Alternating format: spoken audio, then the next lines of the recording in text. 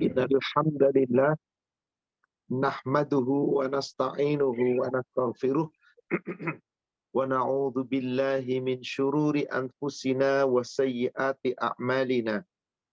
May yahdihillahu fala mudhillalah wa may yudlil fala hadiyalah. Asyhadu an la ilaha illallah wahdahu la syarikalah wa anna Muhammadan abduhu wa rasuluhu la nabiyya ba'da. Allahumma salli wa sallim wa barik ala Muhammadin wa ala alihi wa ashabihi ajma'in wa man tabi'ahum bi ihsan ila yaumiddin, amma ba'd.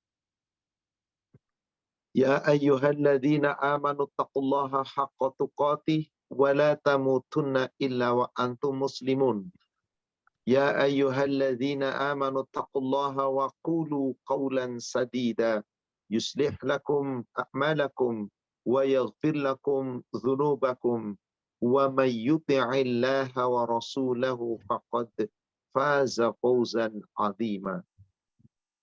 Ma'asyiral muslimin wal muslimat rahimani wa rahimakumullah.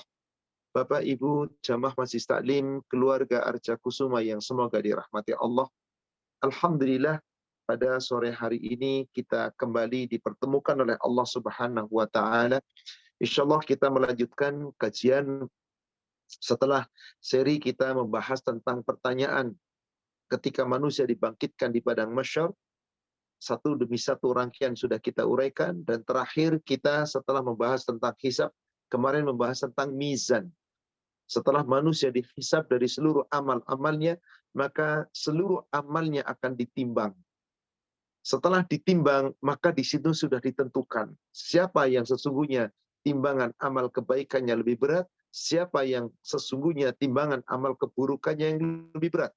Maka manusia harus melalui suatu jembatan yang namanya sirat. Jembatan itu adalah suatu jalan yang terbentang. Di sisi kanan kirinya adalah neraka. Jalan itu menuju ke surga. Siapa yang mampu melewati sirat, maka dia akan selamat. Tapi siapa yang tidak mampu melewati sirat, maka dia pasti akan celaka. Untuk itu, hari ini kita akan membahas tentang sirat, yaitu jalan menuju ke surga. Apakah selamat sampai ke surga? Apakah na'udzubillah celaka sehingga terjerembab ke neraka? Saudaraku seiman, di antara peristiwa yang menakutkan nanti di padang mahsyar, setelah semuanya selesai ditimbang, maka tiap orang pasti akan melalui sirat. Dan setiap manusia akan mengalami melewati jembatan atau sirat yang dibentangkan di atas neraka jahanam menuju ke surga. Ini adalah salah satu peristiwa yang wajib kita imani dan wajib kita imani. Meskipun itu gaib, tapi nanti di dalam hadis Rasul bercerita tentang itu. Di dalam Al-Quran Allah pun berfirman tentang itu. Karena betapa banyak dalil yang menunjukkan itu, baik itu dalam Al-Quran maupun di dalam As-Sunnah. Maka sebaiknya dan telah selayaknya bagi kita semua umat Islam meyakini adanya sirat dan tentu berdoa memohon kepada Allah Subhanahu wa taala agar kita kelak diberi kemudahan dalam melewatinya di yaumil akhir. Maka di dunia setiap kita sholat kita selalu minta, ihdinas siratal mustaqim. Ya Allah, tunjuki kami jalan yang lurus. Supaya apa? Nanti kita bisa melewati sirat. Jalan yang terbentang kanan kirinya adalah neraka. Jalan ini seperti jembatan yang melintas di atas neraka. Maka jalan itu namanya sirat. Sedangkan yang kita diminta di dunia adalah siratan mustaqim. Jalan yang lurus. Agar kita bisa melewati sirat. Maka untuk ini kita akan membahas tentang sirat tersebut. Salawat serta salam semoga terlimpahkan, tercurahkan kepada Nabi kita Muhammad sallallahu alaihi wasallam. Semoga tercurah kepada seluruh keluarga, sahabat dan seluruh pengikutnya hingga yaumil akhir. Saudara sekalian, kata as-sirat secara makna mengandung makna jalan yang terbentang atau jembatan yang melintas. Adapun secara syar'i, sirat itu adalah sesuatu jembatan atau jalan yang dibentangkan di atas permukaan neraka jahanam, di mana jalan itu harus dilewati oleh manusia yang nanti akan melintas dari satu ujung, di mana sepanjang bentangan jembatan itu adalah neraka, di mana ujung berikutnya adalah surga. Jika dia selamat di sirat itu, surga tempatnya. Jika tidak selamat, na'udzubillah, neraka tempatnya. Imam Al-Bukhari meriwayatkan bahwa as-sirat yakni jasara jahannam, jalan yang terbentang di atas neraka jahanam. Jembatan atau jalan yang terbentang di atas neraka jahanam. Itulah sirat yang setiap manusia pasti akan melaluinya. Hanya orang-orang yang mampu melaluinya adalah yang memiliki cahaya iman. Siapa yang tidak memiliki cahaya iman, dia akan terjerumus ke dalam neraka. Siapa yang memiliki cahaya iman, insya Allah selamat. Maka kata Rasulullah, ada yang berjalan begitu cepatnya seakan berlari. Ada pula yang secepat kilat. Ada yang berjalan cepat. Ada yang hanya berjalan biasa. Ada yang berjalan hanya perlahan-lahan. Sampai ada pula yang terseok-seok meskipun merangkak. Ada pula yang harus tercebur, apakah baru melintas sedikit, atau sudah sampai pertengahan, atau sudah hampir sampai ke surga, yang akhirnya terjerumus. Itu semua tergantung hasil timbangan amal yang Allah timbang kemarin di mizan.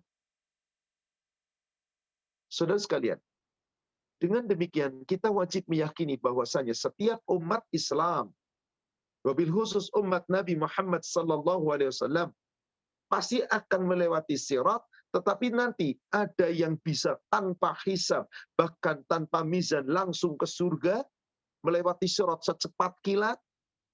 Ada yang melalui hisab, kemudian dengan mizan, dia akan berjalan melalui sirat, ada yang berlari, ada yang berjalan cepat, berjalan biasa, tapi tetap selamat. Ada pula yang terseok-seok dan terjerembab, tidak mampu berjalan mulus, sehingga terjerumus ke dalam neraka. Maka ini semua pasti akan terjadi pada seorang hamba muslim. Adapun orang-orang kafir, dia tidak melalui. Kenapa? Karena dia tidak pernah akan bisa menuju surga. Jadi tanpa harus melalui sirat, mereka langsung dijerumuskan ke dalam neraka. Adapun orang beriman, cara memasuki surga ada 3. Dan semuanya melewati sirat. Lihat, kita buka sebagai muqaddimah. Surat Al-Waqi'ah, surat 56, dari ayat 7 sampai dengan ayat 14. Kita mulai sampai ayat ke-12 dulu. Allah Subhanahu wa taala berfirman, A'udzu billahi minasyaitonir rajim. Wa kuntum azwajan salasah. Dan kamu akan terpecah menjadi 3 golongan. Yang dimaksud kuntum adalah umat Nabi Muhammad sallallahu alaihi wasallam. Akan terpecah menjadi 3 golongan. Yang pertama, ayat yang ke-8. Fa ashabul maimanati ma ashabul maimanah. Golongan kanan, alangkah beruntungnya golongan kanan itu. Alangkah beruntung golongan kanan. Siapa mereka? Orang-orang yang telah dihisab lalu ditimbang, timbangan amal kebaikannya lebih berat, maka dia akan melalui sirat. Jadi ada yang berjalan cepat, ada yang seperti berlari, ada yang cuma berjalan biasa, berjalan lambat, tapi semuanya sampai pula ke surga. Tergantung hasil dari timbangan amal. Yang ayat ke-10, yang ayat ke-9, wa ashabul masy'amati ma ashabul masy'amah. Golongan kiri, alangkah sengsaranya golongan kiri ini. Orang-orang yang telah mengaku beriman, setelah ditimbang ternyata timbangan amalnya lebih berat. Yang buruk-buruk, maka dia akan melalui sirat, tapi dia tidak akan pernah sampai ke surga, melainkan terjerumus di dalam neraka. ada yang baru melintas sedikit, ada yang melintas sudah hampir pertengahan, ada yang setelah melewati pertengahan, ada yang sudah mendekati surga, akhirnya terjerumus ke neraka. Itulah golongan kedua, golongan kiri. Lalu golongan yang ketiga dari ayat ke-10 sampai dengan ayat yang ke-12. Was-sabiqunas sabiqun ulaikal muqarrabun fi jannatin na'im. Orang-orang yang pertama-tama beriman, yang terdahulu beriman, mereka orang-orang yang dahulu dan pertama kali memasuki surga. Ulaikal muqarrabun. Mereka itulah orang-orang yang didekatkan.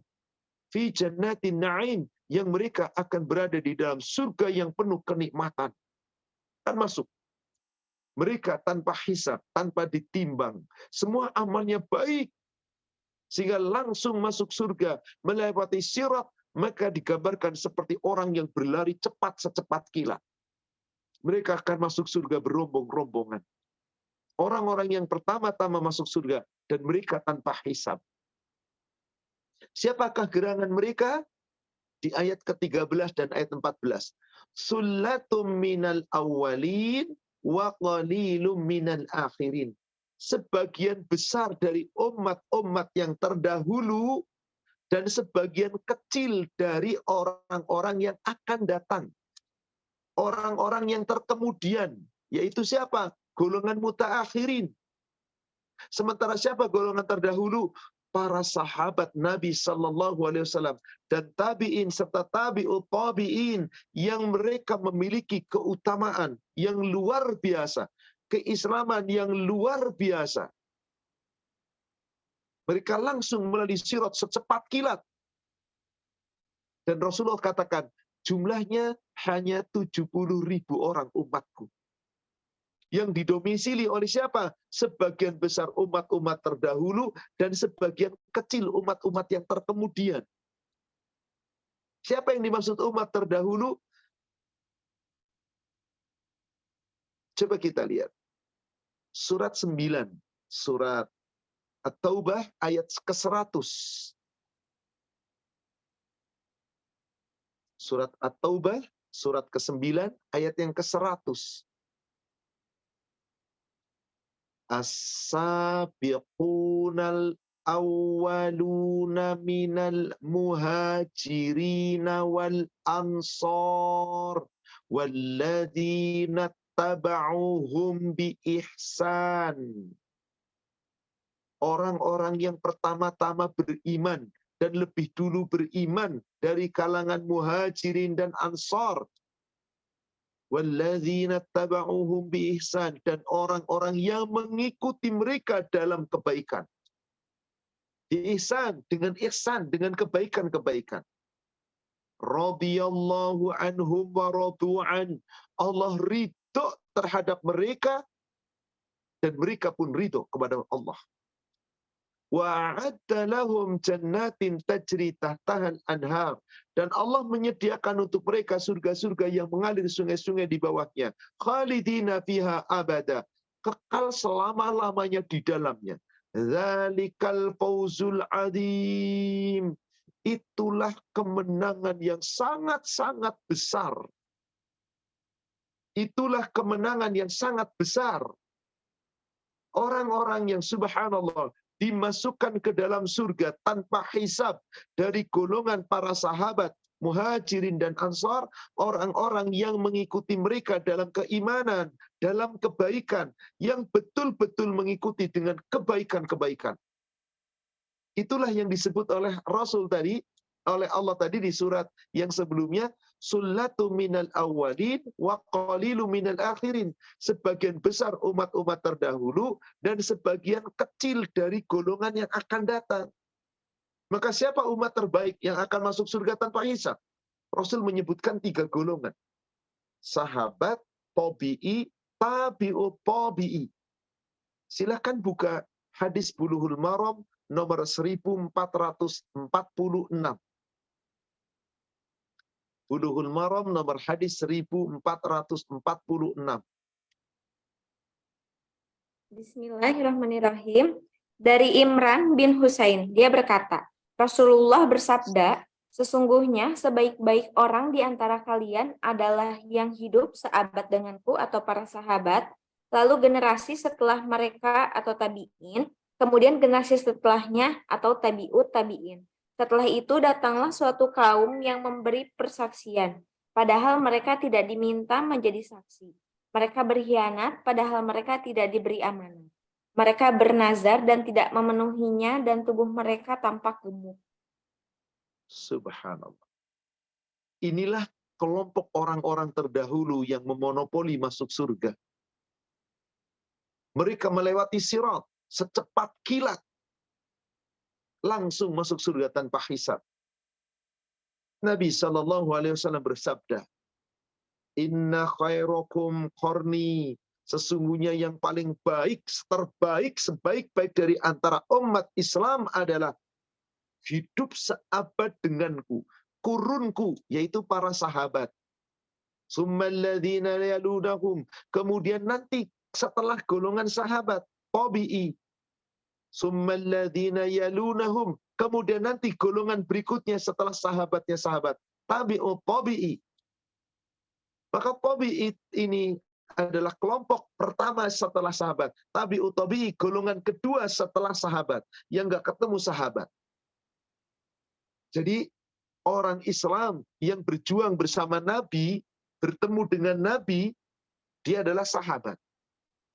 Setelah Nabi wafat, ada kelompok kedua yang tidak ketemu Nabi dan tidak pernah berjumpa dengan Nabi. Tapi bertemunya dengan sahabat. Hidup di kurun sahabat. Maka dia mengikuti ketaatan sahabat. Maka orang itu disebut tabi'i. Generasi kedua. Maka setelah sahabat wafat, ada generasi ketiga yang tidak berjumpa dengan sahabat, tapi berjumpa dengan tabi'i, orang yang telah mengikuti sahabat. Maka dia disebut tabi'ut tabi'i. Itulah orang-orang yang terbaik. Dan itulah generasi yang masuk surga tanpa hisab paling banyak. Subhanallah. Summa yakunu qaumun yashhaduna wa la yustashhadun. Nanti akan datang setelah itu kaum yang memberi persaksian padahal dia tidak diminta menjadi saksi, tapi ingin bersaksi dalam rangka untuk membela sesuatu yang batil. Wa yakhununa wa la yu'tamunun. Mereka berkhianat padahal belum sampai diberi amanah. Orang-orang yang ingin menjadi pemimpin dan bercita-cita untuk memperkaya diri. Wa yanzurun wa la yu'fun. Dan mereka adalah orang-orang yang bernazar tetapi tidak menunaikan nazarnya. Wa yadhharu fihi misaman. Orang itu kegemukan, maksudnya hanya mementingkan badannya, hanya mementingkan dunianya. Mereka hanya mementingkan makanannya yang nikmat-nikmat, lalu lupa akan ibadah, bahkan lupa bagaimana cara mencari yang hak. Inilah kelompok yang Rasulullah SAW katakan masuk surga bergandengan tangan, wajahnya cemerlang bagai bulan purnama, tidak saling mendahului, mereka bersama-sama masuk surga, melewati sirat secepat kilat. Sahih Muslim 172.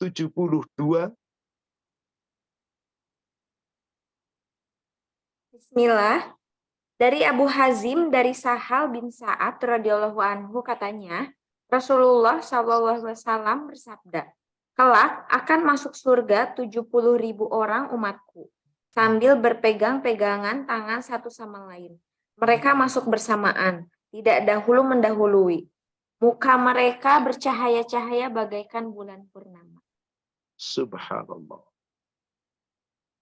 Inilah kelompok is the best. Yang Allah katakan tadi, as-sabiqunal awwalun minal muhajirin wal ansar wattaba'ahum bi ihsan. Orang-orang yang pertama-tama masuk Islam, yang pertama-tama beriman dari kalangan para sahabat, muhajirin dan ansar yang mengikuti mereka dengan kebaikan-kebaikan. Maka Nabi SAW bersabda, la yadkhulannal jannata min ummati sab'una alfan aw say'uma'ati alfin. Akan masuk surga nanti umatku, di mana jumlahnya 70.000 orang. 70.000 orang umatku masuk surga yang mereka itu tanpa hisab. La yadri Abu Hazim ayyuhuma qala mutamasikun akhidu ba'duhum ba'dha. Maka Abu Hazim berkata, bahwasanya mereka itu masuk bersamaan dan tidak saling dahulu mendahului. Mereka saling bergandengan tangan. Wajah mereka bahkan dikatakan di sini, subhanallah, seperti cahaya bulan purnama yang sangat terang. Wujuhum ala suratil qamar lailatal badri. Wajah mereka terang benderang bagaikan cahaya purnama, cahaya bulan di saat purnama. Terang benderang. Subhanallah. Cahayanya terpancar. Allahu Akbar. Inilah kelompok yang pertama-tama masuk surga tanpa hisab. Siapakah gerangan kita?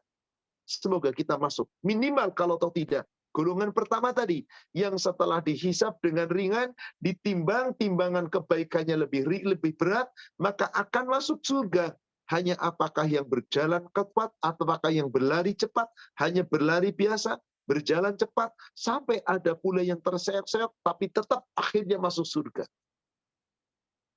Itulah sirat yang akan kita lalui, saudara sekalian. Andai kata kita bukan kelompok yang pertama, yang terpenting mari kita memiliki cahaya iman. Supaya dengan cahaya iman kita bisa berjalan melewati sirat dengan selamat. Karena hanya orang beriman yang memiliki cahaya iman. Surat 57, surat Al-Hadid ayat 12. Allah Subhanahu wa taala berfirman, Yauma taral mu'minina wal mu'minati yas'a nuruhum baina aydihim wa bi aymanihim bushrakumul yawma jannatun tajri min tahtihal anhar khalidina fiha dzalika huwal fawzul azim. Pada hari nanti kau akan melihat orang-orang yang mukmin, yang beriman, laki-laki dan perempuan, yang imannya benar, berarti timbangan amal kebaikannya lebih berat, otomatis nanti kebaikan itu berbuah menjadi cahaya iman yang terpancar di depan dan di sebelah kanan mereka. Cahayanya cemerlang. Meskipun tidak sebagaimana bulan purnama, tapi ada cahaya yang memancar di depan dan di sebelah kanan. Kalau tadi yang pertama, wajahnya cemerlang, tubuhnya bersinar. Subhanallah. Inilah. Tapi mereka meskipun tidak sampai cahaya cemerlang, tubuhnya bersinar, tetapi di depannya, di sebelah kanannya ada cahaya iman yang akan menerangi dirinya berjalan. Di atas sirat, terang benderang. Siratnya menjadi terang benderang, tidak gelap gulita. Maka apa yang dikatakan oleh para malaikat? Busyrakumul yawma jannat tajri min tahtihal anhar khalidina fiha. Bergembiralah kamu pada hari ini akan memasuki surga. Tajri min tahtihal anhar, yang mengalir sungai-sungai di bawahnya. Khalidina fiha, kekal di dalamnya selama-lamanya. Dzalika huwal fawzul azim. Itulah kemenangan yang sangat besar. Semoga kita termasuk orang-orang yang mendapatkan cahaya iman, insya Allah. Tentu dengan usaha kita sekarang di dunia ini. Lalu bagaimana orang-orang yang tidak berusaha mencari cahaya iman? Orang-orang yang di dunia mengaku iman, tapi dusta imannya, dusta perbuatannya. Mereka adalah orang-orang yang mengaku iman di lisan, tapi perbuatannya tidak sebenar-benarnya iman. Mereka adalah orang-orang munafik. Apakah mereka mendapatkan cahaya iman? Tidak. Bahkan mereka meminta bantuan kepada orang beriman untuk mengambil sebagian cahaya imannya pun tidak diizinkan. Mereka akan gelap. Mereka tidak mampu melewati sirat. Maka mereka akan terjerumus ke dalam neraka. Dan tidak bisa dibantu oleh siapapun. Ayat yang ke-13-nya. Yauma yaqulul munafiquna wal munafiqat pada hari ketika orang-orang munafik laki-laki dan munafik perempuan memanggil-manggil lilladzina amanu, yaitu dipanggilnya orang-orang yang beriman. Unzuruna, kata orang munafik memanggil orang beriman, wahai orang-orang yang beriman, tunggulah kami, naktabis min nurikum, kami akan mengambil sebagian cahayamu, kami akan meminta sebagian dari cahayamu. Subhanallah, minta cahaya untuk supaya bisa berjalan. Maka orang-orang beriman tidak menolong sedikit pun. Meskipun boleh jadi itu karib kerabatnya, boleh jadi itu pasangannya, anaknya, saudaranya, gak berlaku tolong menolong. Nanti di yaumil akhir. Apa dikatakan oleh orang-orang yang beriman? Ketika mereka dipanggil-panggil, orang beriman cuma mengatakan, "Qilarji'u wara'akum faltamisu nura." Dikatakan kepada orang munafik, dari orang beriman yang dipanggil-panggil tadi, kembalilah kamu ke belakang, carilah olehmu cahayamu sendiri. Cari cahayamu, cari sendiri. Faltamisu nura.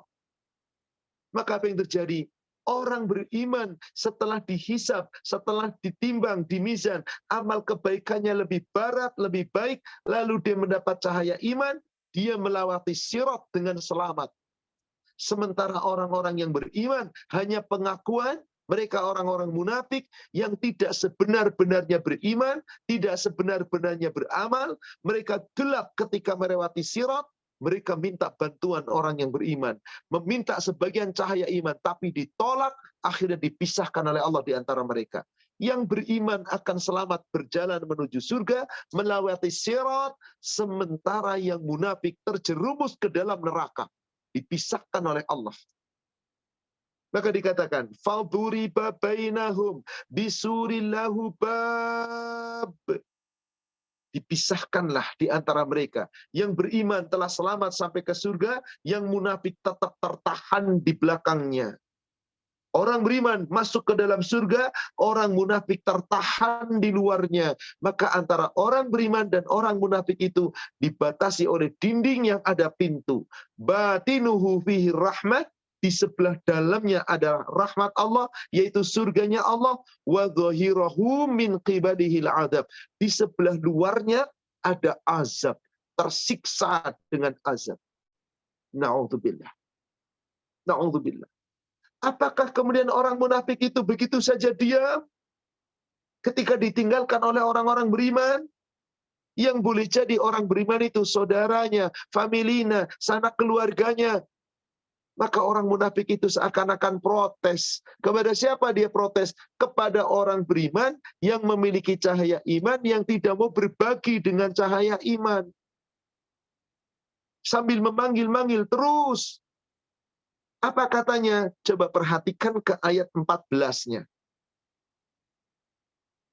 Ketika orang beriman itu meninggalkan mereka, ketika orang munafik ditinggalkan di belakang, gak ditolong, orang-orang munafik itu memanggil kembali kepada orang yang beriman.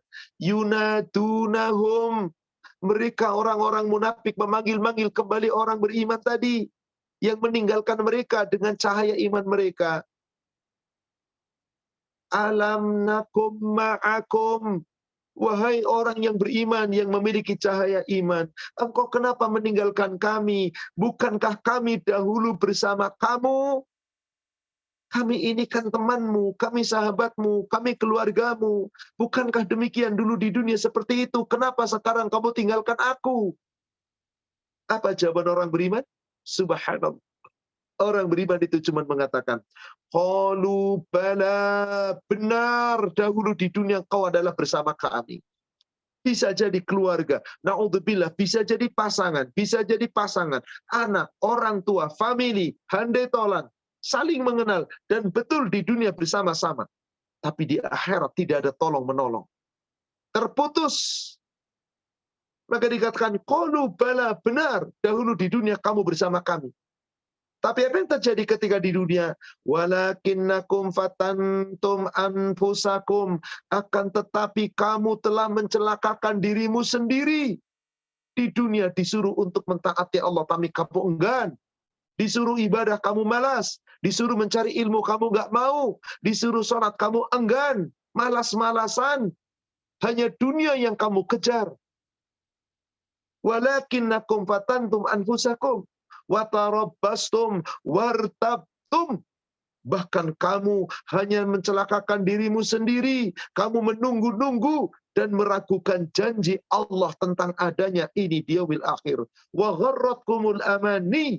Dan kamu senantiasa tertipu dengan angan-anganmu yang kosong. Hanya berangan-angan dengan dunia, tapi tidak pernah berpikir bagaimana akhirat. Adanya sirat yang begitu mengerikan. Hatta ja'a amrullah wa gharrakum billahil gharur. Sampai datang keputusan Allah sehingga kamu kemudian terperdaya oleh penipu tentang Allah sehingga kamu tertipu oleh syaitan. Saudara sekalian, adakah kemudian yang bisa menolong? Adakah saling tolong menolong? Adakah saling menerima tebusan? Tidak, saudara sekalian.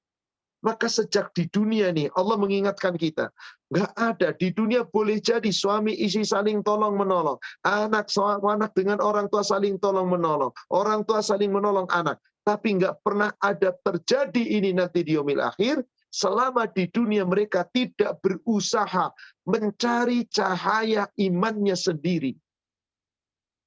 Lihat surat 31, surat Luqman, ayat yang ke-33. Ya ayyuhan nas, wahai manusia, ittaqu rabbakum, bertakwalah kamu kepada Rabbmu. Wahsyau yauman, hendaklah takut nanti kamu akan datangnya suatu hari. La yajzi walidun an waladi, orang tua tidak bisa membela dan menolong anaknya. Wala mauludun huwa jazin an walidihi syai'a. Anak-anak tidak bisa menolong orang tuanya sedikit pun. Inna wa'dallahi haq. Ini janji Allah pasti benar. Fala taghurrannakumul hayatud dunya. Maka jangan kamu tertipu dengan dunia. Bukankah orang-orang munafik terperdaya dengan dunia? Lebih mencintai dunia? Coba kita lihat. Na'udzubillah. Kita bisa lihat di negara kita. Bahkan di lingkungan terdekat kita. Nggak ada orang, padahal dia Islam, tapi tidak pernah mau berjuang dalam Islam.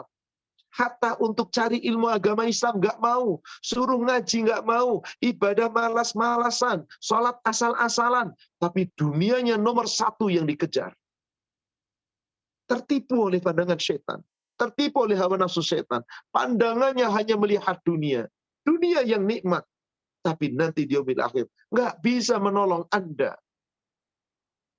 Tidak bisa Anda ditolong oleh dunia Anda.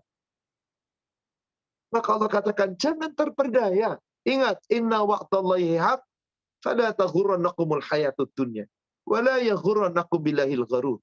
Janji Allah itu pasti benar. Jangan sampai kamu tertipu oleh dunia dan tertipu oleh setan yang selalu menipu kamu sehingga kamu terperdaya dari melupakan Allah. Lalu kamu lupa Allah. Padahal demi Allah, tidak ada satupun jalan yang bisa menuju surga kecuali sirat, kecuali jalan ini. Maka para ulama tentang sirat itu disebutkan, tidak ada satupun manusia yang pasti akan melewati sirat, di mana di bawahnya sirat itu, kanan kirinya itu adalah neraka. Jadi setiap orang pasti akan melewati neraka. Tapi ada yang selamat sampai ke surga, ada yang terjerumus jatuh ke dalam neraka. Di surat Maryam, surat 19, ayat yang ke-71, Allah Subhanahu wa taala berfirman, wa in minkum illa wariduha, dan tidak ada seorang pun di antara kamu yang tidak mendatanginya. Di situ dalam kurung neraka. Betul, didatangi neraka. Maaf, beda dengan memasuki neraka. Anda mendatangi laut, Anda belum tentu memasuki laut. Anda mendatangi sungai, Anda belum tentu memasuki sungai. Anda mendatangi gedung, Anda belum tentu masuk ke gedung. Anda mendatangi mobil, belum tentu Anda masuk ke mobil. Jadi yang dimaksud wariduha, mendatanginya. Apa yang didatanginya? Sirat. Jalan yang terbentang di antara sisi neraka satu dan yang berikutnya. Di mana sebelahnya adalah surga. Kana ala rabbika hatman maqdiyah. Maka yang demikian itu bagi Allah ketentuan yang sudah ditetapkan. Maka orang-orang yang bertakwa, dia hanya mendatangi sirat, dia berjalan di atas sirat, dan selamat, tidak akan memasuki neraka. Tapi orang-orang yang tidak bertakwa, orang-orang yang zalim, dia akan masuk ke dalam neraka. Dia berlutut. Ayat berikutnya, ayat yang ke-72-nya. Summa nunajjil ladzina taqaw wa nadharu dhalimina fiha jithiyya. Kemudian kami pasti akan menyelamatkan orang-orang yang bertakwa dan membiarkan orang-orang yang zalim di dalam neraka. Kemudian mereka berlutut, tercebur mereka masuk ke dalam neraka.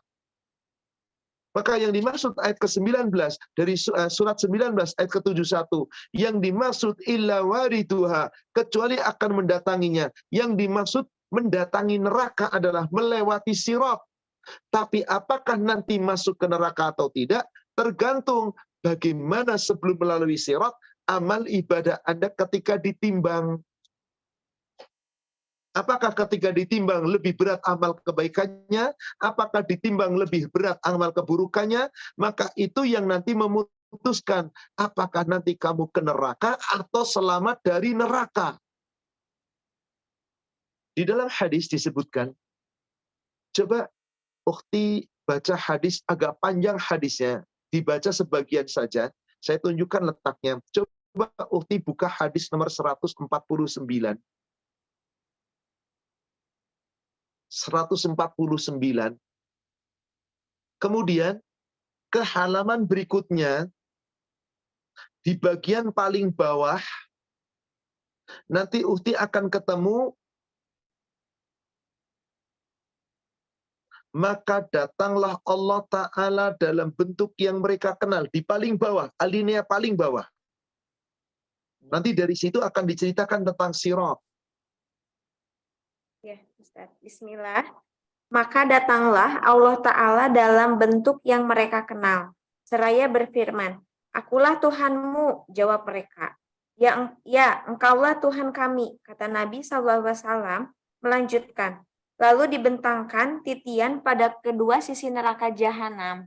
Aku dan umatkulah yang pertama-tama melewati titian itu. Pada hari itu tidak ada yang diperkenankan berbicara kecuali para rasul. Doa mereka itu, wahai Allah, selamatkanlah, selamatkanlah. Di dalam neraka jahanam ada semacam kaitan seperti pancing, runcing, bagaikan duri sa'dan. Pernahkah Anda semua melihat duri sa'dan? Jawab mereka, pernah ya Rasulullah, sabda Nabi SAW. Nah, seperti duri sa'dan itu, tetapi tidak terkira-kira besarnya, selain hanya Allah yang dapat mengetahuinya. Kaitan itu akan mengait setiap umat manusia yang lewat di titian itu, tersebab amal perbuatan mereka. Orang-orang yang beriman akan terlepas dari bahaya itu sesuai dengan amal mereka. Dan ada pula yang dihukum beberapa lama, sampai ia bebas dari hukuman itu. Setelah Allah selesai mengadili perkara para hambanya, ia ingin mengeluarkan dengan rahmatnya penduduk neraka yang dikehendakinya. Lalu Cukup dia sampai di sini cukup ukhti. Di situ cerita tentang sirat. Di situ diceritakan. Nanti di yaumil akhir, setelah manusia dihisab, yang mereka pasti akan melewati sirat, Allah tabaraka wa ta'ala akan datang. Allah subhanahu wa ta'ala berfirman,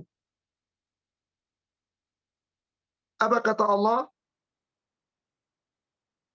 Anta Rabbuna, apakah engkau mengenali aku adalah Rabb kami, Rabbmu, anta Rabbuna, mereka semua mengatakan engkau adalah Rabb kami.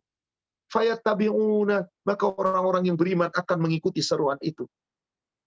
Wa yudrubu sirat, setelah itu diletakkanlah sirat, yaitu jembatan yang terbentang bainal dhuhroi jahannam, yang terbentang di antara kedua tepi jahanam, melintas antara jahanam dengan jahanam. Di sini tengah-tengahnya jahanam, tapi sebelahnya adalah surga. Jika orang itu mampu melewati sirat, selamat, dia akan masuk ke dalam surga. Fa'akunu ana wa ummati awwala man yujir. Maka aku dan umatku yang akan melewati lebih dulu, yang pertama-tama melewati jembatan itu, melewati sirat itu. Wala tatakallamu yawma idin illa rusul wa da'war rusul yawma idin Allahumma sallim, Allahumma sallim, Allahumma sallim. Maka pada saat itu tidak ada yang diperkenankan untuk berbicara kecuali hanya para rasul.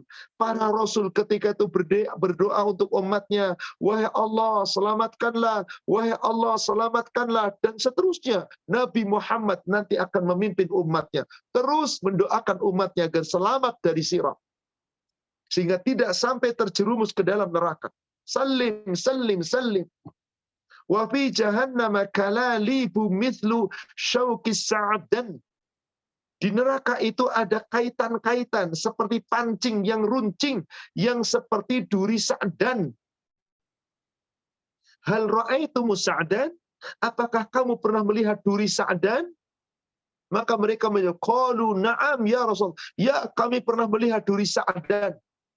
Bapak-bapak, ibu-ibu yang pernah piknik ke suatu tempat di Mekah sana, di daerah Taif, ketika melewati sana, ada sebuah padang pasir yang pohon-pohon itu durinya tajam-tajam, durinya lebih kurang sebesar ini, jari telunjuk kita, dan panjangnya hampir 10 cm, besar-besar dan tajam. Itulah duri sa'dan. Tapi kata Rasulullah, kaitan itu tidak seperti itu. Innaha mithlu syauqi sa'dan ghaira annahu la ya'lamu ma qaddaru idhamiha illallah. Ya, seperti itu tajamnya, tapi melengkung seperti pancing yang besarnya tidak terkira dan tidak ada yang mengetahui kecuali Allah. Apa yang terjadi dengan kancing itu? Subhanallah. Dia akan mengait-ngait, dia akan mengait-ngait. Tahtafun nas bi a'malihim faminhumul mu'minu yaqiya bi amalihi wa minhumul jaru hatta yunajja. Duri itu selalu mengaitkan dari neraka, mengait ke jembatan sirat, mengait ke jembatan sirat. Maka ada umat Islam yang selamat dari titian itu karena amal-amal mereka. Orang-orang yang beriman terlepas dari bahaya itu. Sementara orang-orang yang tidak memiliki iman cukup, terkena kaitan, tercebur ke neraka. Terkena kaitan, tercebur ke neraka. Itulah sepanjang jembatan sirat, di mana jembatan itu gelap gulita, hanya terang benderang untuk orang-orang yang memiliki cahaya iman. Bisa dibayangkan kayak apa, saudara sekalian? Bayangkan, kita sekarang di dunia, Bapak, Ibu, kita melintas di suatu jembatan yang lebarnya hanya 2 meter, kanan kirinya jurang, di sana ada luar biasa dahsyatnya siksaan, ada binatang-binatang buas, di mana saat Anda melewati jalan itu gelap gulita, sudah begitu ada pancing yang mengait-kait, terus dikaitkannya, maka Anda harus jalan di tengah dengan lurus.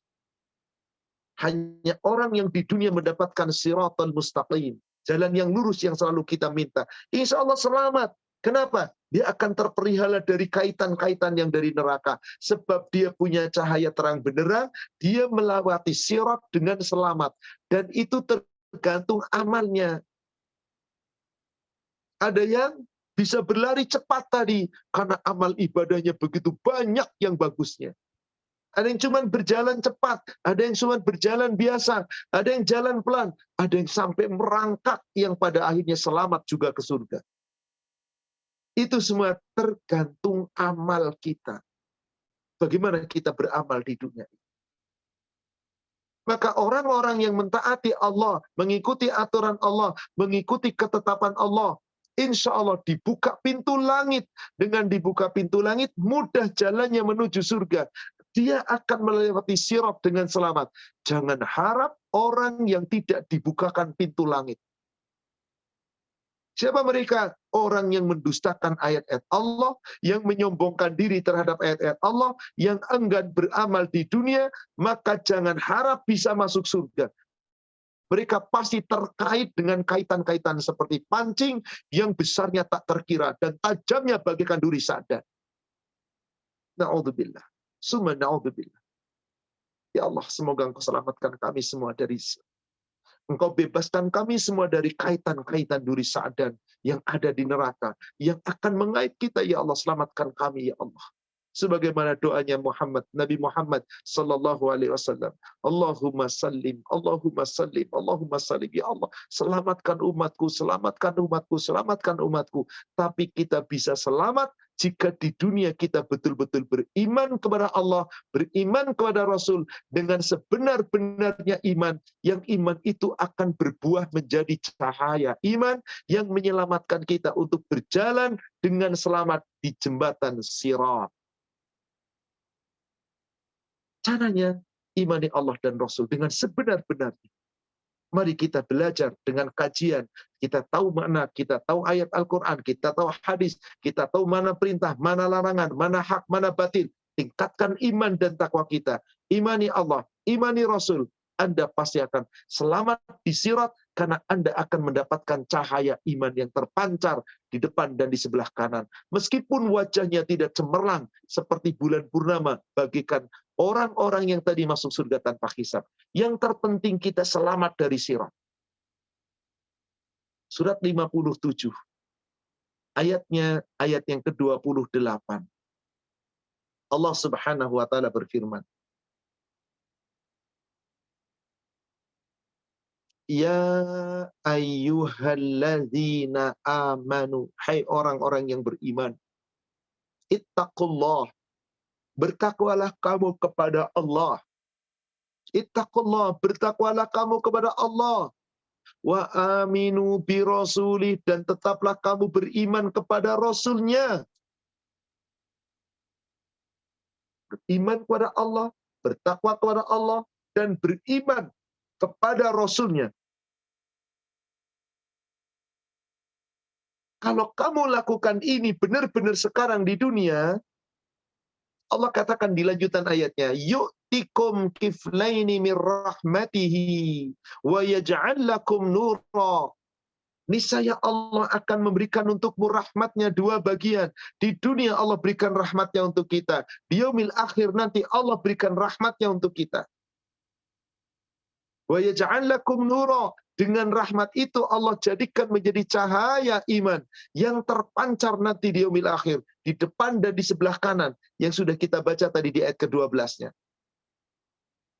Tamshu nabihi, dengan cahaya iman itu kamu berjalan menuju surga, melewati sirat dengan selamat karena Anda punya cahaya yang terang benderang.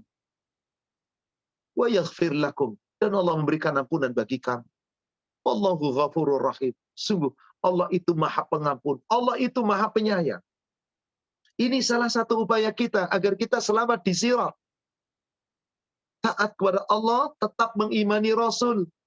Tapi terkadang kita berbuat kesalahan, kita berbuat dosa, kita berbuat kelalaian, kita berbuat kesalahan dan bertubi-tubi. Jangan lupa, sepanjang kita hidup, Allah memberikan kepada kita dibukanya pintu langit Allah, pintu rahmat Allah, pintu tobat Allah. Selama kita mau kembali kepada Allah, bertobat kepada Allah, insya Allah cahaya iman Allah akan berikan kepada kita melalui ampunan. Maka banyak-banyak kita bertobat kepada Allah. Sepanjang hidup kita berbanyak kita istighfar. Mohon ampun agar cahaya iman terpancar. Di samping kita tadi mengimani Allah, takwa kepada Allah, dan tetap mengimani Rasul. Surat 66, surat At-Tahrim ayat ke-8. Allah Subhanahu wa taala berfirman, Ya ayyuhalladzina amanu tubu ilallah taubatan nasuha. Hai orang-orang yang beriman, bertobatlah kalian semua kepada Allah dengan taubat yang semurni-murninya, yang sebenar-benarnya taubat. Asa rabbukum ayyukaffiru ankum sayyi'atikum. Semoga dengan tobatmu benar-benar Allah akan mengampuni dosa-dosamu. Allah akan menghapuskan, menutupi dosa-dosamu. Wa yudkhilakum jannat, dan Allah akan memasukkanmu ke dalam surga. Tajri min tahtihal anhar. Yauma la yukhzillahu nabiyya walladzina amanu. Yang mengalir sungai-sungai di bawahnya pada hari ketika Allah tidak lagi akan mengecewakan Nabi dan orang-orang yang beriman bersama Nabi. Nuruhum yas'a baina aydihim wa bi aymanihim. Cahaya iman mereka terpancar di depan mereka. Cahaya iman mereka terpancar di sebelah kanan mereka. Yaqulun, maka mereka pun saat dibangkitkan di padang mahsyar mereka berdoa, Rabbana atmim lana nurana. Ya Allah, ya Rabb kami, sempurnakan cahaya iman kami. Waghfir lana, dan ampuni kami. Hanya orang-orang yang akan diberi cahaya iman yang mampu berdoa seperti ini. Karena di dunia telah berusaha. Sehingga selamat nanti di sirat. Innaka ala kulli syai'in qadir. Engkau ya Allah Maha kuasa atas segala sesuatu. Inilah. Tapi jangan harap dibuka pintu ampunan, dibuka pintu rahmat, dibuka pintu langit. Andai Anda di dunia tidak berusaha untuk menjalankan aturan Allah, ayat-ayat Allah, ketetapan Allah, syariat Allah, jangan harap pintu langit dibuka. Jangan harap selamat menuju surga, selamat ketika melintas sirat. Al-A'raf Surat 7, ayat yang ke-40 dan ayat 41. Innalladzina kadzabu biayatina wastakbaru anha. Orang-orang yang mendustakan ayat-ayat kami dan menyombongkannya. La tufattahu lahum abwabus sama. Allah tidak akan membuka untuk mereka pintu-pintu langit. Wala yadkhulunal jannah. Kalau pintu langit dibuka, nggak pernah dibuka, nggak pernah dapat ampunan, dengan itu nggak bakal dapat cahaya iman. Maka tidak akan masuk surga. Hatta yalijal jamalu fi sammil khiyat. Kecuali kalau onta bisa masuk lubang jarum. Sebelum onta bisa masuk lubang jarum, nggak bisa masuk surga. Mustahil. Wa kadzalika najzil mujrimin. Demikianlah Allah berikan balasan orang-orang yang berdosa. Maknanya, orang yang di dunia bergelimang dengan dosa dan tidak berusaha untuk bertobat, jangan harap selamat melewati sirat. Karena mereka tidak mendapat cahaya iman. Jadi saudara sekalian, mengimani Allah dan Rasul belum cukup. Kalau Anda tidak mau bertobat dari kesalahan dan dosa, maka tetap kita iman kepada Allah dan Rasul, kita kemudian terus beramal sebaik-baiknya, jangan lupa tobat pun kita terus tingkatkan dan sebaik-baiknya, untuk bisa sempurna mendapatkan cahaya di depan dan di sebelah kanan, yang untuk bisa jalan melewati sirat. Bagaimana orang-orang yang tidak mendapat cahaya iman? Terjerumus ke dalam neraka. Lalu bagaimana keadaannya? Di ayat 41-nya. Lahum min jahannama mihadun wa min fawqihim ghawash. Bagi mereka, tikarnya, alas tidurnya dari api neraka. Selimutnya pun dari api neraka. Wa kadzalika najzil dzalimin. Demikianlah balasan untuk orang-orang yang zalim.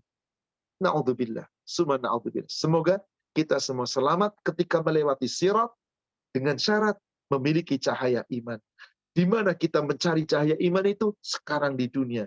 Dengan terus mengimani Allah dan Rasul-Nya, terus kita banyak-banyak bertobat. Insya Allah semoga kita dimudahkan jalannya ketika melewati sirat. Amin. Ya Rabbal Alamin. Wallahu a'lam. Demikian, saudara seiman, kajian kita pada sore hari ini tentang sirat, yaitu jembatan atau jalan menuju ke surga yang terbentang di antara tepi sisi neraka yang satu dan sisi neraka yang berikutnya. Sirat terbentang di atasnya, kanan kirinya semuanya adalah neraka. Yang selamat, surga tempatnya. Yang gagal, na'udzubillah tadi, terjerumus ke dalam neraka. Semoga kita termasuk orang-orang yang selamat. tidak sampai terjerumus ke dalam neraka. Amin ya rabbal alamin. Kami kembalikan kepada moderator Pak Irfan, silakan. Amin, amin ya rabbal alamin atas doanya Pak Ustadz Ahmad Susilo. Terima kasih kajiannya pada sore hari ini Pak Ustadz dengan tema lanjutan Sirot, jalan jembatan menuju surga. Alhamdulillah ada beberapa pertanyaan yang sudah masuk Pak Ustadz. Mungkin bagi para keluarga dan jamaah di kajian ini, jika ada pertanyaan lanjutan, mangga silakan dapat dituliskan di chat Zoom. Saya bacakan pertanyaan pertama Pak Ustadz.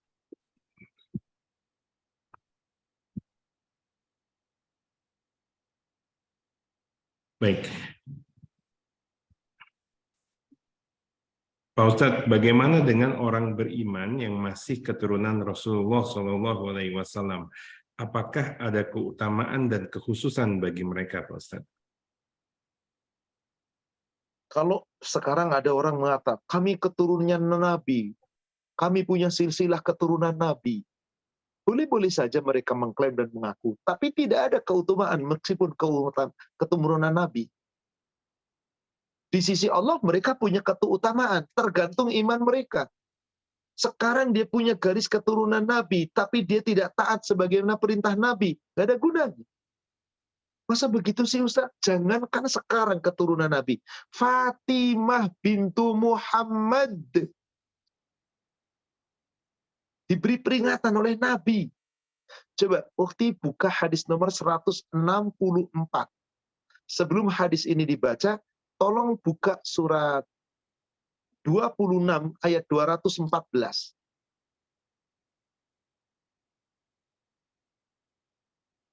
Allah perintahkan di ayat tersebut, wa anzir ashiratakal aqrabin. Ya Nabi, hai Muhammad, berilah peringatan kepada kerabat-kerabatmu yang paling dekat. Apa yang terjadi ketika turun ayat ini? Silakan Ukti baca 164-nya. Bismillah. Dari Aisyah radhiyallahu anhu katanya, tatkala ayat wa anzir ashiratakal aqrabin, surat Asy-Syura ayat 214. Diturunkan Allah Subhanahu wa taala. Rasulullah sallallahu alaihi wasallam berdiri di atas bukit Syafa, lalu beliau bersabda, "Hai Fatimah binti Muhammad, hai Syafiyah binti Abdul Muthalib, hai Bani Abdul Muthalib, aku tidak kuasa apa-apa untuk membelamu sekalian di hadapan Allah kelak. Karena itu, kecuali sedikit harta yang kumiliki, mintalah kepadaku jika kamu membutuhkan." Subhanallah. Ini peringatan Nabi loh kepada putrinya yang paling beliau cintai, yang paling akhir beliau wafat, setelah yang paling akhir masih hidup sebelum beliau wafat. Satu-satunya generasi Rasul yang bisa memiliki keturunan, karena semua cucunya Rasul dari wanita, anak wanita perempuan yang lain meninggal semua, kecuali anaknya Rasulullah, anaknya Fatimah, Hasan dan Husain dari Ali. Itulah keturunan berikutnya. Adapun Husain meninggal pula sebelum ketika dibunuh oleh kaum Khawarij. Hanya Hasan yang kemudian memiliki keturunan. Lalu apakah Anda akan membanggakan keturunan Nabi yang belum tentu jelas punya silsilah atau tidak? Yang sudah 1400 tahun yang belum tentu bisa jelas. Wallahu a'lam. Tapi maaf, kita nggak boleh pula merendahkan mereka. Mereka yang mengakui bahwa ini keturunan Nabi, wallahu a'lam, ya semoga memang keturunan. Tapi apakah kebanggaan itu bisa menyelamatkan? Khusus dia bisa selamat dari sirat? Coba lihat hadis ini. Ketika turun tadi ayat, wa anzir ashiratakal aqrabin, Ummul Mukminin Aisyah bercerita, lamma nazalat wa anzir ashiratakal aqrabin, qama Rasulullah sallallahu alaihi wasallam ala Safa. Dulu naik ke bukit Safa. Kalau sekarang tempat kita sa'i, dulu itu bukitnya tinggi. Bukit yang paling tinggi di Mekah itu, di dekat Masjidil Haram itu Safa. Beliau naik ke situ. Dipanggilnya sahabat, dipanggilnya keluarga Rasul. Yang pertama dipanggil di sini, ya Fatimah binta Muhammad. Hai Fatimah putri Muhammad. Ya Safiyah binti Abdul Muthalib, hai Safiyah binti Abdul Muthalib, bibinya Rasul. Ya Bani Abdul Muthalib, hai anak keturunan Abdul Muthalib, saudara-saudaranya Rasul. Apa yang beliau katakan? La amliku lakum minallahi syai'. Demi Allah, aku nih Rasul, tidak bisa menolong sedikit pun, membelamu sedikit pun nanti di hadapan Allah. Aku nggak bisa memberi syafaat. Aku nggak bisa menolong apa-apa. Saluni min mali ma syi'tum. Kecuali di dunia ini, kamu minta tolong apa sama aku? Minta sama aku yang kamu mau. Aku punya, aku beri. Tapi di akhirat, aku nggak bisa nolong apa-apa. Maaf, zaman sekarang betapa banyak orang membanggakan garis keturunan. Menyatakan dirinya para habaib, lalu merasa ini keturunan Rasul pasti aman, dipuji-puji, terlalu disanjung berlebihan. Jangan, manusia biasa seperti kita kok. Dan kita nggak boleh pura merendahkan para habib yang mengatakan mereka adalah keturunannya Rasul. Sedangkan di Arab Saudi sana, orang-orang yang punya garis keturunan Rasul nggak pernah membanggakan dirinya sebagai habib. Memang di negara kita yang lebih banyak silsilah itu, ya nggak ada masalah. Kita nggak boleh mencela para habib, kita nggak boleh memuji berlebihan. Di sisi Allah kita itu sama. Nggak ada keturunan Rasul, nggak ada siapapun. Rasul yang menyatakan itu. Putrinya sendiri diancam oleh Rasulullah. Bibinya sendiri diancam oleh Rasul. Saudaranya semua diperingatkan, demi Allah, aku nggak bisa membela sedikit pun nanti di hadapan Allah. Kecuali sekarang ada di dunia, mintalah. Maka kita berharap Rasul memberikan syafaat. Caranya bagaimana? Kita taati Rasul, kita ikuti Rasul. Insya Allah Rasul membela kita. Demikian, wallahu a'lam. Baik, jazakallahu khairan Pak Ustadz. Pertanyaan berikutnya Pak Ustadz. Pak Ustadz, bagaimana para mu'alaf dan anak-anak yang telah dipanggil Allah Subhanahu wa Ta'ala sebelum mereka balik? Mungkin belum banyak ibadah dan amalnya dan semoga belum ada dosanya. Apakah mereka harus juga melalui jembatan Sirat? Semuanya melalui jembatan Sirat. Para mu'alaf pun demikian. Bedanya orang-orang yang mu'alaf itu ketika mati dalam keadaan Islam dan baik Islamnya, seluruh dosa-dosa di saat dia mu'alaf hilang total. Coba buka. Surat 8 ayat 38. Surat 8 ayat 38.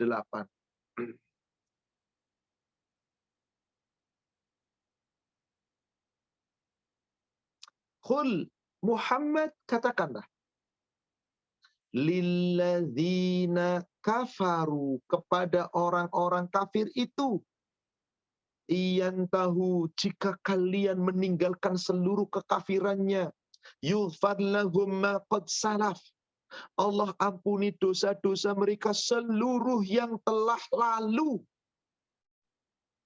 Seluruhnya. Subhanallah. Wa iya'udu, tapi jika mereka kembali kepada kekafiran, faqad madat sunnatul awalin, maka telah tetap sunnatullah bagi umat-umat terdahulu yang mati dalam keadaan kafir dibinasakan. Sama, orang kafir pun akan dihisab. Maaf, orang kafir yang mu'alaf, yang masuk Islam tetap dihisab, dimizan, ditimbang, kemudian akan melalui sirat. Tapi baru sedikit amalnya, tapi dosanya pun nggak ada. Meskipun sedikit amalnya, dosanya nggak ada. Lalu bagaimana apabila ada anak-anak yang mati, masih kecil, kemudian saat itu, apakah anaknya juga akan melalui sirat? Iya, bedanya mereka bisa menolong orang tuanya. Mereka tidak punya dosa, yang ada kebaikan-kebaikan. Maka orang yang kematian anak, bersabarlah. Anak itu bisa mendidinginya dia dari api neraka. Ukti buka Sahih Muslim 2260.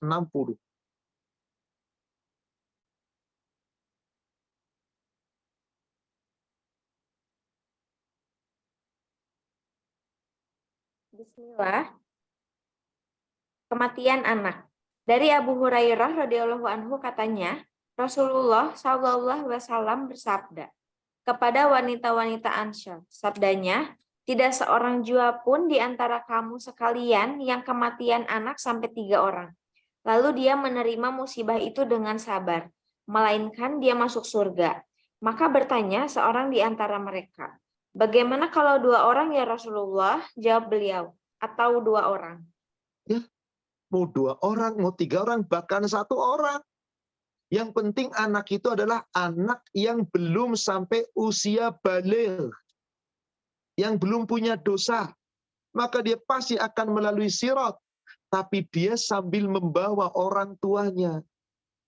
Jadi anak yang belum sampai usia baligh. Coba Ukti, lihat lagi 2263-nya. Bismillah. Dari Abu Hasan radhiyallahu anhu katanya, dia bertanya kepada Abu Hurairah radhiyallahu anhu, "Aku kematian 2 orang anakku. Dapatkah Anda menceritakan kepadaku hadis Rasulullah SAW yang dapat mengobati hati kami atas kematian anak-anak kami itu?" Jawab Abu Hurairah, Nabi SAW pernah bersabda, anak-anak mereka selamanya menjadi penghuni surga. Salah seorang dari mereka datang menemui bapaknya atau kedua orang tuanya. Lalu dipegangnya baju atau tangan orang tuanya. Seperti aku memegang ujung bajumu ini. Maka tidak dilepaskannya. Atau dia tidak berhenti memegang sehingga Allah Ta'ala memasukkannya bersama bapaknya ke surga. Betapa orang-orang yang sabar kematian anak. Mau 3, mau 2, mau 1. Yang penting anak yang dimaksud belum baligh, masih di bawah umur.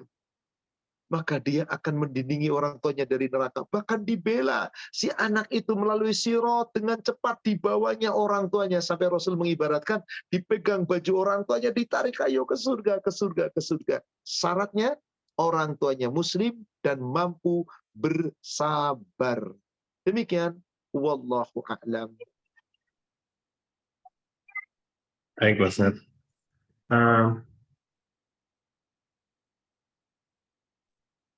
Pertanyaan berikutnya, Pak Ustadz, Afwan, tadi Ustadz menyebutkan semua Rasul mendoakan kaumnya agar selamat melewati jembatan Sirat. Dengan begitu sebenarnya timbangan dan cahaya iman setiap kaum bisa berbeda. Karena sebelum Nabi Muhammad mungkin tidak ada perintah sholat, atau di zaman Nabi-Nabi sebelumnya belum ada ibadah, seperti yang Allah Subhanahu Wa Taala wahyukan melalui Rasulullah SAW. Mohon pencerahannya, Ustaz. Setiap umat sejak Nabi Ibrahim sallallahu alaihi wasallam diperintah salat, diperintah puasa. Hanya tata cara salatnya, tata cara puasanya beda dengan kita. Kita umat Nabi Muhammad ikuti Nabi Muhammad. Yang mengatakan tiap Rasul akan membawa umatnya. Nabi tadi dalam hadisnya di nomor 149 Sahih Muslim.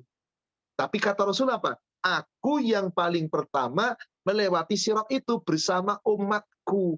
Dan tiap nabi-nabi dari tiap-tiap umat akan membawa umatnya. Tapi Nabi lebih dulu kehormatan dari Allah. Nabi paling terakhir, umat paling terakhir, tapi yang pertama melewati sirat. Dan para nabi mendoakan, termasuk Nabi Muhammad, Allahumma sallim, Allahumma sallim, Allahumma sallim. Maka tiap nabi memiliki syafaat. Hanya apa? Syafaat yang paling utama itu syafaatnya Nabi Muhammad SAW, karena beliau bersabda bahwa para nabi itu terkadang syafaatnya itu diberikannya di dunia, doa itu disegerakan di dunia. Tapi Nabi SAW beliau yang mengatakan, aku menunda doaku untuk nanti di yaumil akhir. Untuk nanti di yaumil akhir. Nabi SAW memiliki syafaat.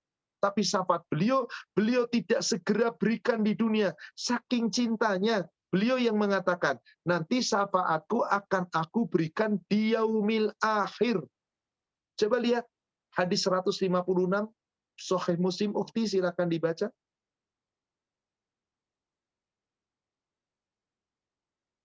Bismillahirrahmanirrahim. Dari Anas bin Malik radhiyallahu anhu katanya, Rasulullah SAW bersabda, aku adalah orang yang pertama-tama jadi pembela di surga kelak. Dan aku adalah nabi yang paling banyak pengikutnya dari sekalian nabi-nabi. Jadi tiap nabi punya pengikut, tapi yang paling banyak pengikutnya nabi. Dan yang pertama-tama memberi syafaat, membela nanti adalah Nabi Muhammad. Kenapa? Ukti baca langsung ke 159-nya. Dari Abu Hurairah radhiyallahu anhu katanya, Rasulullah Shallallahu alaihi wasallam bersabda, setiap nabi mempunyai doa mustajab atau doa yang pasti diperkenankan. Karena itu para nabi segera memanfaatkan doanya itu. Tetapi aku akan kumanfaatkan nanti untuk membela umatku di hari kiamat. Insya Allah doaku itu akan mencapai setiap umatku yang mati dengan tidak menyekutukan Allah. Subhanallah. Inilah kenapa Nabi tidak gampang mendoakan umatnya di dunia. Beda nabi-nabi terdahulu. Nabi Isa mendoakan umatnya ini. Nabi Musa demikian. Langsung di dunia. Dibayar di dunia. Tapi Nabi Muhammad katakan, enggak. Doa mustajab aku simpan. Nanti untuk di akhirat. Supaya bisa membela umat. Saking sayangnya Nabi. Maka setiap umat Nabi kita, umat Islam yang tidak menyekutukan Allah, pasti dapat syafaat. Hanya tadi, ada syafaat yang langsung masuk surga tanpa hisab. Ada syafaat yang melalui hisab dulu, kemudian ditimbang. Setelah ditimbang akan melewati sirat. Ada yang cepatnya berlari, ada yang tergantung amal kita. Maka mari manfaatkan kita beramal sebaik-baiknya, mengikuti iman kepada Allah dan mengimani Nabi, mengikuti sunnah Nabi, insya Allah kita akan dapat syafaat nanti. Demikian. Jadi para nabi pun bisa menolong. Dan seperti itu. Hanya tentu ibadah umat-umat para nabi terdahulu, meskipun dia sholat, meskipun dia zakat, tentang seperti apa sholatnya, zakatnya, wallahu a'lam. Demikian. Baik Pak Ustadz, cukup jelas, sangat jelas sekali Pak Ustadz. Pertanyaan berikutnya, ada 2 pertanyaan terkait taubat Pak Ustadz. Saya coba gabungkan. Bismillah. Pak Ustadz, bagaimana sebaiknya saya melakukan taubat atas dosa besar? Saya sebelumnya terjerumus dalam usaha terkait miras. Itu pertanyaan pertama Pak Ustadz. Yang kedua, Pak Ustadz, bagaimana sebaiknya saya bertobat agar tidak tertutup cahaya iman saya, terutama dalam dosa-dosa besar yang sebelumnya saya pernah lakukan? Karena kalau melihat tuntunan Rasulullah SAW seperti dicambuk dan sebagainya, mungkin sulit atau tidak dapat dilakukan saat ini. Enggak, Ustaz. Orang-orang yang menjual beli minuman keras haram. Berarti semua penghasilan yang saat itu dipilihkan haram. Sekarang saya bertobat, Ustaz. Bismillah. Tobatlah dengan taubat dan nasuha. Jangan ikutan lagi, jangan terpengaruh lagi, dan banyak-banyak sedekah. Bersihkan harta-harta yang dulu berasal dari yang haram. Tapi saya nggak bisa ngitung, sudah bismillah, keluarkan sebanyak-banyak. Semampu Anda. Demikian pula pertanyaan kedua, gimana cara tobatnya Ustaz? Sebab perbuatan dosa saya, kalau sesuai dengan aturan Al-Quran, ada hukuman cambuk, ada hubungan siksaan, yang mencuri potong tangan, dan seterusnya. Bagaimana ini Ustaz? Saya ingin bertobat, tapi nggak mungkin dilaksanakan hukuman itu di dunia. Bertobat dengan taubat dan nasuha, mohon kepada Allah. Bagaimana caranya? Segera bertobat, jangan tunda-tunda, dan terus. Itu yang Allah perintahkan. Surat 3, Ali Imran 133. Surat 3, surat Ali Imran 133. Wasari'u ila maghfiratin min rabbikum wa jannatin arduhas samawati wal ard u'iddat lil muttaqin. Bersegeralah kamu untuk meraih ampunan Allah. Berarti bertobat segera, jangan ditunda. Agar kamu bisa meraih jannah, surganya Allah yang luasnya bagaikan luasnya langit dan bumi. Hanya Allah sediakan untuk orang yang bertakwa. Apa ciri orang takwa? Coba langsung ke ayat 135-nya. وَالَّذِينَ إِذَا فَعَلُوا فَاحِشَةً أَوْ ظَلَمُوا أَنفُسَهُمْ ذَكَرُوا اللَّهَ فَاسْتَغْفَرُوا لِذُنُوبِهِمْ. Yaitu orang-orang yang apabila dia telah terlanjur berbuat zalim, berbuat keji, berbuat dosa, dan banyak berbuat dosa besar atas diri mereka sendiri, segera ingat Allah dan segera mohon ampun kepada Allah, bertobat kepada Allah atas dosa-dosa mereka. Wa may yaghfiru dzunuba illallah. Siapa yang bisa mengampuni dosa kecuali Allah? Tidak ada, hanya Allah. Maka segera tobat sama Allah. Syaratnya kalau kamu sudah bertobat, menyesali perbuatan, di ujung ayatnya, walam yusirru ala ma fa'alu wa hum ya'lamun. Jangan mengulangi lagi perbuatan dosa itu, tinggalkan sejauh-jauhnya. Jangan mengulangi lagi dan tidak boleh mengulangi padahal kamu tahu dan kamu tahu itu tidak boleh. Tinggalkan. Nah, itulah syarat tobat. Bagaimana caranya? Ukhti, akhi, penanya, berwudulah dengan sempurna, segera sholat 2 rakaat sekhusyuk mungkin, lalu bertobatlah kepada Allah atas masa lalu yang begitu kelam tadi, kemudian perbaiki diri dan jangan pernah mengulangi lagi. Semoga tobatnya diterima. Dan itu janji Allah. Terus. Tapi dosa saya banyak sekali, Ustaz. Jangan putus asa. Terus kita mohon ampun kepada Allah. Perbaiki diri, tingkatkan amal ibadah, berbuat kebaikan-kebaikan. Jangan putus asa. Yakinlah Allah mengampuni kita. Tapi kita tidak tahu sudah dapat ampunan belum sekarang. Tapi yakin Allah itu berjanji akan mengampuni dosa kita. Surat 39 ayat 53. Surat 39, surat Az-Zumar ayat 53. Qul, katakanlah, ya ibadiyalladzina asrafu ala anfusihim. Hai hamba-hambaku yang israf, yang telah melampaui batas atas diri-diri mereka sendiri. La taqnatu min rahmatillah. Jangan putus asa dari rahmat Allah. Jangan putus asa dari kasih sayang Allah. Dari ampunan Allah. Sepanjang kamu mau bertobat, memperbaiki diri, tidak mengulangi lagi, innallaha yaghfiru dzunuba jami'a. Allah akan mengampuni dosa-dosamu semuanya. Innahu huwal ghafurur rahim. Sungguh dia Allah, zat yang maha pengampun lagi maha penyayang. Jaminan ini dari Allah. Yakinlah, bismillah, semoga Allah akan mengampuni kita. Demikian, wallahu a'lam. Baik, alhamdulillah, jazakallahu khairan Pak Ustadz Ahmad Susilo. Pertanyaan berikutnya, Pak. Saya bacakan agak sedikit panjang. Bismillah. Pak Ustadz, saya baru masuk masa pensiun. Dana pensiun yang ada saya tempatkan di bank syariah. Ada penawaran dari bank tersebut berupa sukuk, yang setiap bulannya akan mendapatkan bagi hasil dengan persentase yang ditetapkan di awal. Jelaskan staf bank syariah dan menurut literatur ada ketetapan MUI bahwa ini adalah halal karena alokasi dana tersebut ditempatkan pada proyek pemerintah yang digunakan untuk pekerjaan infrastruktur. Tapi masih ada keraguan di hati saya. Mohon pencerahannya Pak Ustadz, apakah ini halal? MUI, pemerintah, silahkan memberikan fatwa halal. Fatwa halal tidak memberikan serta-merta jaminan halal. Yang dilihat adalah bagaimana prosesnya. Katakanlah tadi dikatakan, infrastruktur pemerintah, maka ada sukuk di sana, akan dapat keuntungan. Keuntungan yang diberikan setiap ini sekian persen. Dari mana Anda bisa mendapatkan keuntungan pasti jaminan sekian? Apa bedanya dengan bunga? Apa bedanya dengan bunga yang sudah ditetapkan? Maka yang seperti ini tadi, Bapak atau Ibu nanya mengatakan, saya ragu, bismillah. Tak mayaribu, ila ma la yaribu. Tinggalkan sesuatu yang meragukan.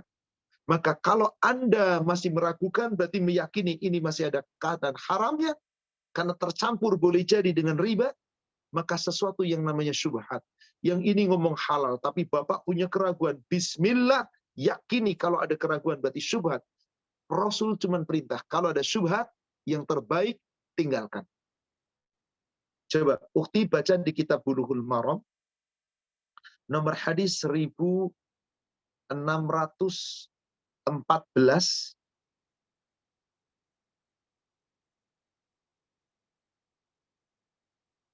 bagian awal saja, bagian awal sampai tengah-tengah.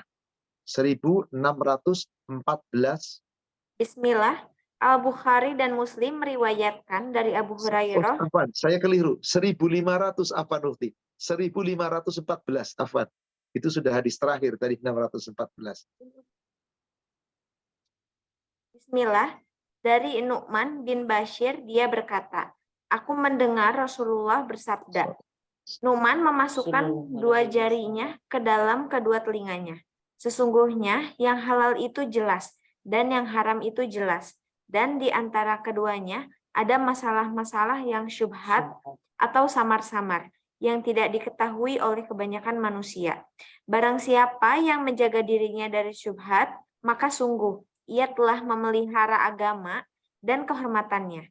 Dan barang siapa yang jatuh ke dalam perkara syubhat, maka ia jatuh kepada yang haram. Seperti seorang pengembala yang mengembala di sekitar daerah terlarang, hampir-hampir ia terjatuh ke dalamnya.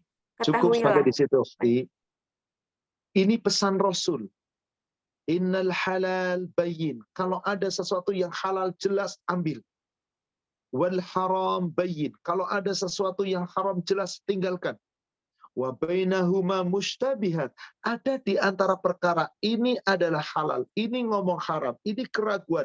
Maka itu ada di ranah tengah-tengah. Perbatasan yang kita nggak tahu, yang kita ragu. Itu namanya syubhat. Wa min taqish wa man taqish syubhat faqad iftadara irdihi wa dinihi. Yang mau meninggalkan syubhat, selamat harga dirinya, selamat agamanya.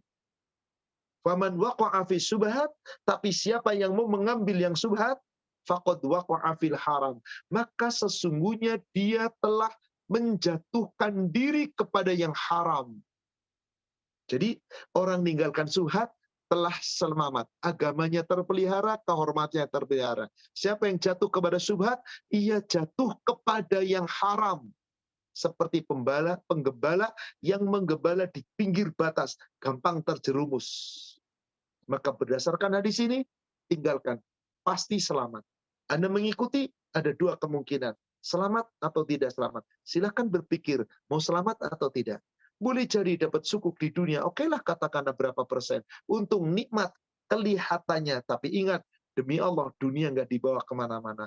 Harta nggak dibawa kemana-mana. Sementara kita menyelamatkan diri dari sesuatu yang riba, tentu itu lebih aman. Sebab pelaku riba adalah musuh Allah. Allah sendiri yang mengatakan, riba itu perang melawanku. Lihat, surat Al-Baqarah, surat 2 ayat 279.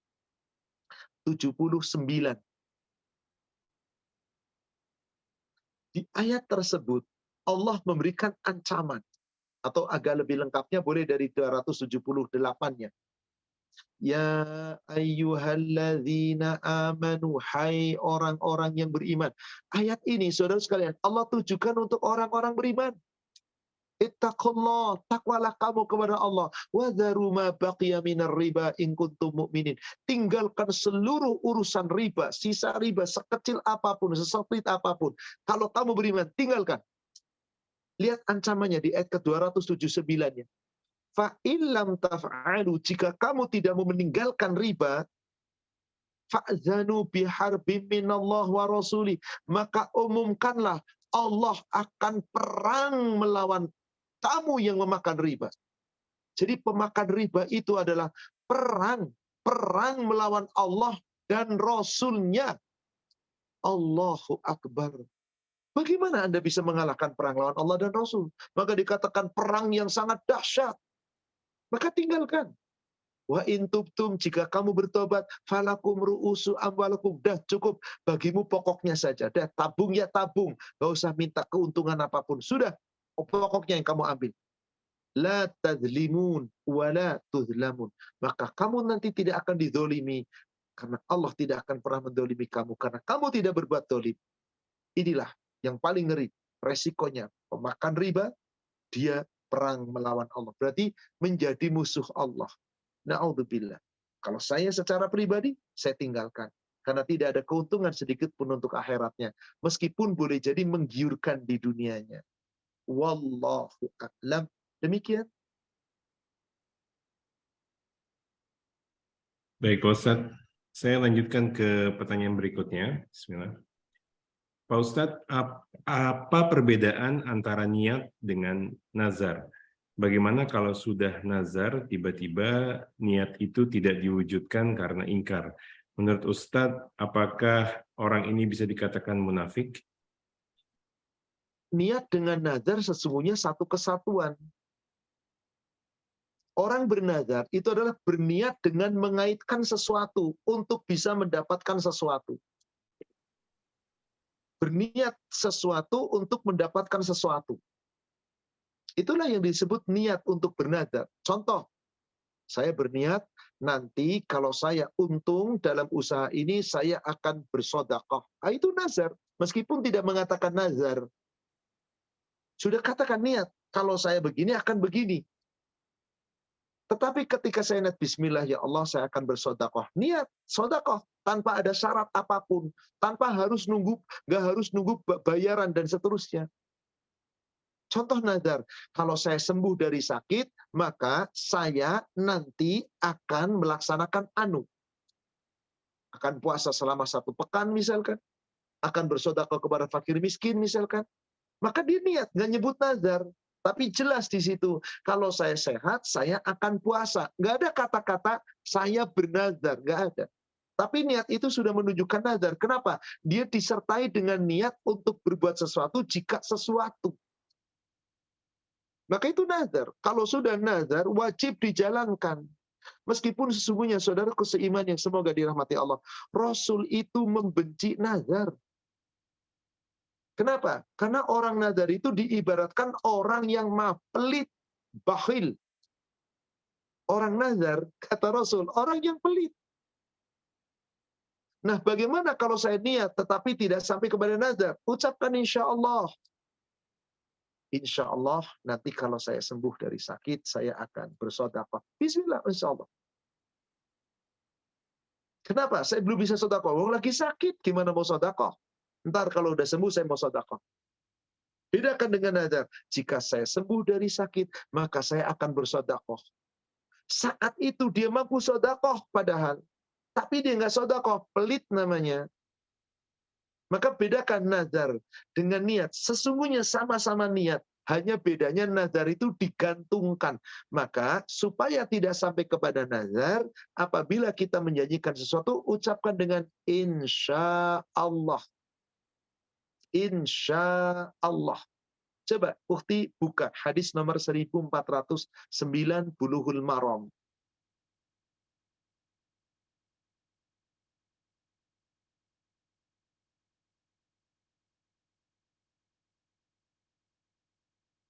Bismillah, dari Ibnu Umar, bahwasannya Rasulullah bersabda, barang siapa yang bersumpah tetapi ia mengucapkan insya Allah, maka tidak ada kafarat jika ia melarangnya. Gak ada kafar. Insya Allah. Saya akan begini. Insya Allah saya. Bismillah. Insya Allah saya begini. Itu niat namanya. Kalau nggak sampai terjadi, nggak masalah. Tapi kalau nadar, saya begini akan begini. Maka dia bernadar. Tiba-tiba nggak ditunaikan. Munafik. Munafik. Kenapa? Dia sudah janji. Nadar itu kan janji. Tapi kok tidak ditunaikan? Berarti munafik. Orang yang tidak menunaikan janji namanya apa? Munafik. Maka sekali lagi, saudara sekalian, nazar itu nggak bawa kebaikan apa-apa. 1415. Coba Ukti buka. Masih di Bulughul Maram, 1415. Bismillah, dari Ibnu Umar, dari Nabi, bahwasannya beliau melarang nazar. Beliau bersabda, sesungguhnya nazar itu tidak mendatangkan kebaikan. Nazar hanyalah keluar dari orang yang bakhil. Keluar sesuatu dari orang bakhil. Kalau saya sembuh, nanti saya sedekah. Nggak sembuh, nggak sedekah. Kok pelit Anda? Kenapa nggak sedekah aja? Lalu doa minta sembuh. Demikian. Jadi orang yang tidak menunaikan nazarnya, maka orang itu munafik. Dan orang yang tidak menunaikan nazar wajib membayar denda. Orang yang tidak menunaikan nazar, maka wajib membayar denda. Karena kafarah nazar seperti orang yang bersumpah, lalu tidak kemudian menunaikan sumpahnya. Maka dia wajib bayar denda. Kafarah nazar adalah kafarahnya, kafarah sumpah. Maka orang yang telah kemudian bernazar, nggak melaksanakan, supaya dia tidak sampai terjerumus kepada munafik, harus berlaku di hadis nomor 1416-nya. Bismillah, dari Uqbah bin Amir, dia berkata, Rasulullah bersabda, kafarat nazar adalah atau sama dengan kafarat sumpah. Hadis riwayat Kafarat Muslim. nazar sama kafarat sumpah. Kalau kamu sudah menentukan nazar, maka kamu harus tunaikan. Jika tidak ditunaikan, bayar kafarohnya. Apa sah kafaroh sumpah itu? Nanti bisa dilihat di surat 5 ayat ke-89. Apa itu? Di situ disebutkan. Satu, pertama, kamu bisa memberi makan 10 orang miskin. Di mana makanan yang biasa kita makan. Yang kedua, kamu memberikan pakaian kepada 10 orang miskin. Yang ketiga, kalau ada perbudakan, bermerdekakan budak. Ternyata nggak mampu semuanya, maka 3. Syarat yang keempat, kalau ngasih makan nggak mampu, ngasih pakaian nggak mampu, memerdekakan budak nggak ada budak, apalagi nggak mampu. Maka syarat yang keempat, berpuasa 3 hari. Mau berturut-turut boleh, mau tidak berturut-turut boleh. Itulah dendanya orang bernazar yang tidak dijalankan nazarnya. Demikian, wallahu a'lam.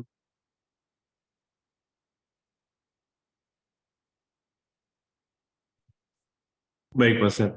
Jadi anggapan ingin melakukan sesuatu harus bernazar, tidak ya, Pak Ustadz ya? Jadi Gak sebenarnya usah. sebaiknya tidak Bismillah aja seperti lakukan. Karena boleh tadi ya. orang nazar itu tergolong pelit. Nggak dapat apa-apa dari Allah.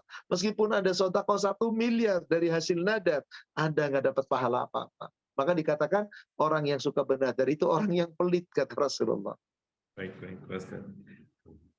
Baik, pertanyaan berikutnya Pak Ustadz. Ada 2 pertanyaan terkait dengan cahaya iman, saya coba gabungkan. Bismillah, Pak Ustadz. Apakah betul cahaya iman ini dapat kita lihat dan rasakan di dunia ini, Ustadz? Itu pertanyaan pertama, Pak Ustadz.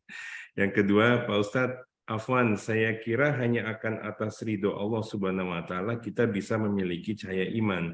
Berarti syarat utamanya iman kita 100% terhadap Allah Subhanahu wa Ta'ala dan Rasul-Nya. Tetapi jika ibadahnya masih belum maksimal, bagaimana, Ustadz? Cahaya iman itu diberikan oleh Allah di akhirat. Tadi doanya orang bertobat gimana? Surat 66 ayat 8. Rabbana atmim lana nurona. Kapan kamu lihat cahaya iman? Tadi di surat 57 ayat 12. Yauma tarol mu'minina wal mu'minat yas'a nuruhum baina aydihim. Apakah cahaya iman bisa dilihat di dunia? Bukan dilihat wajahnya cemerlang. Wih, orang ini wajahnya cemerlang, putih bersih. Maaf. Orang-orang Chinese banyak cemerlang. Wih, kinclong semua. Orang-orang bule, ya Allah wajahnya cantik, cerita kinclong. Anda tinggal masuk ke salon, keluar-keluar kinclong Anda. Cahaya iman bukan begitu maksudnya. Cahaya iman adalah cahaya yang akan menjadi penerang Anda di saat Anda berjalan di atas sirat. Hanya dimiliki orang yang imannya benar. Betul, dengan barokah Allah, melalui rahmat Allah, dibukanya pintu langit. Tapi di dunia harus beriman benar-benar kepada Allah dan Rasul.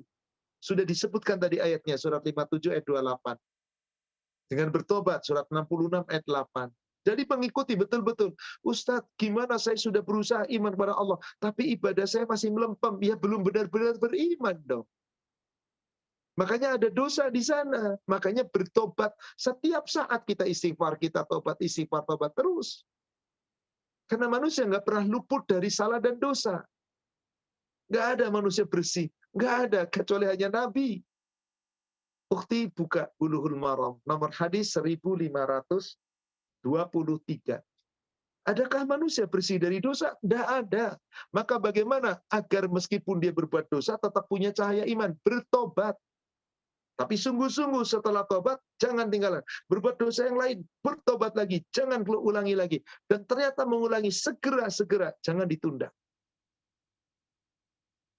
Bismillah, dari Anas dia berkata, Rasulullah bersabda, setiap anak Adam itu banyak melakukan kesalahan. Dan sebaik-baik orang yang mempunyai kesalahan ialah orang-orang yang banyak bertaubat. Banyak bertobat. Tapi sungguh-sungguh dalam imannya. Jangan sekedar. Ibadahnya harus benar-benar. Lihat, Nabi, orang yang sudah dapat jaminan surga dan ampunan. Kayak apa ibadahnya? Apakah kita tidak ingin mencontoh beliau? Bukti iman kepada Allah dan Rasul berarti menjalankan perintahnya, meninggalkan larangannya dengan kesungguhan, dengan penuh rasa cinta. Insya Allah.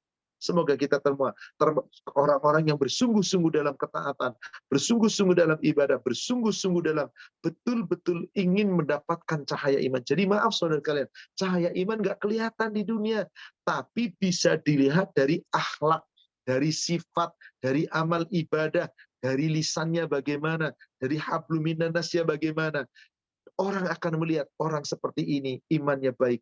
Pasti orang itu pasti penyabar, ibadahnya baik, orang itu murah senyum, pemaaf, dan seterusnya. Itu salah satu ciri, tapi cahaya imannya nggak kelihatan. Begitu ngaca, wih auranya terlihat nikmat, orang itu cahaya imannya terpancar, nggak bisa. Itu semua nanti terlihat di yaumil akhir. Mohon maaf, sahabat Rasul dulu banyak yang bekas budak berkulit hitam loh. Bilal bin Rabah di antaranya. Ada nggak cahayanya? Gelap gulita. Gelap tubuhnya Bilal itu hitam sekali. Sebagaimana Anda maaf lihat orang-orang Afrika. Hitamnya tuh luar biasa hitam. Nggak bercahaya. Jadi cahaya iman tidak bisa dilihat dari wajah, dari kondisi. Tapi cahaya iman bisa dirasakan yang bersangkutan jika dia makin dekat dengan Allah. Jika nama Allah disebut, dia gemetar. Dia makin tenang dengan ibadah, dengan ketaatan. Itulah ciri orang yang memiliki cahaya iman. Tapi cahaya imannya sendiri terlihat nanti di yaumil akhir. Demikian. Wallahu a'lam. Baik, Pak Ustadz. Untuk pertanyaan berikutnya, Pak Ustadz, apakah doa dan pahala bacaan Al-Quran anak bisa menyelamatkan orang tuanya di Sirat? Insya Allah. Selama anaknya itu ikhlas mendoakan, dan orang tuanya telah mendidik anaknya dengan baik, dan iman anak dan orang tua itu sejalan, insya Allah saling menolong. Bisa. Seperti tadi yang hadis yang sudah saya sampaikan di nomor 2264, tadi nomor 65 sampai 67 yang terakhir tadi. Akan menolong insya Allah. Tapi ingat, orang tuanya juga harus punya iman. Iman anak antara orang tua, anak keturunan, sama-sama iman. Tolong-menolong sampai nanti di surga. Ini jaminan Allah di surat At-Tur, surat 52, ayat ke-21. Surat 52, ayat 21. Walladzina amanu wattaba'athum dzurriyyatuhum biimanin. Orang-orang yang beriman yang diikuti oleh anak cucu mereka dalam keadaan beriman. Sama-sama iman. Alhaqna bihim dzurriyyatahum. Maka kami hubungkan mereka dengan anak cucu mereka. Wa ma alatnahu min amalihim min syai'. Allah tidak mengurangi sedikit pun dari amal-amal mereka. Ingat, kullu mri'in bima kasaba rahin. Tiap-tiap orang terikat dengan usahanya. Orang tuanya baik, imannya baik, anaknya baik, insya Allah sama-sama mereka ke surga. Ditunjukkan dan bersama-sama dari sirat saling tolong-menolong. Saling memancarkan cahaya iman. Tapi ingat, kalau nggak beriman, nggak bisa. Ingat tadi, yang saya sampaikan, hadis nomor 164, Sahih Muslim. Setelah dibaca surat 26 ayat 214, Nabi saja memberi peringatan kepada Fatimah. Ya Fatimah binta Muhammad, ku anfusaki minan nar. Hai Fatimah putri Muhammad, jaga dirimu dari api neraka. Inilah amliku syai'um minallah. Aku sesungguhnya di hadapan Allah nanti nggak bisa membelamu sedikit pun. Kalau meminta sekarang di dunia, selama aku mampu, aku beri. Di akhirat, enggak. Jadi nggak bisa tolong-menolong kalau tidak punya iman. Nabi saja nggak bisa nolong putrinya kok. Apalagi kita nolong anaknya. Maka telah dibaca juga tadi surat 31 ayat 33. Kalau anak orang tua tidak sama-sama beriman, maka nggak akan bisa tolong-menolong. Tapi sama-sama beriman, bahkan tolong-menolong dihubungkan bersama-sama. Di surga ketemu. Subhanallah. Demikian. Wallahu a'lam.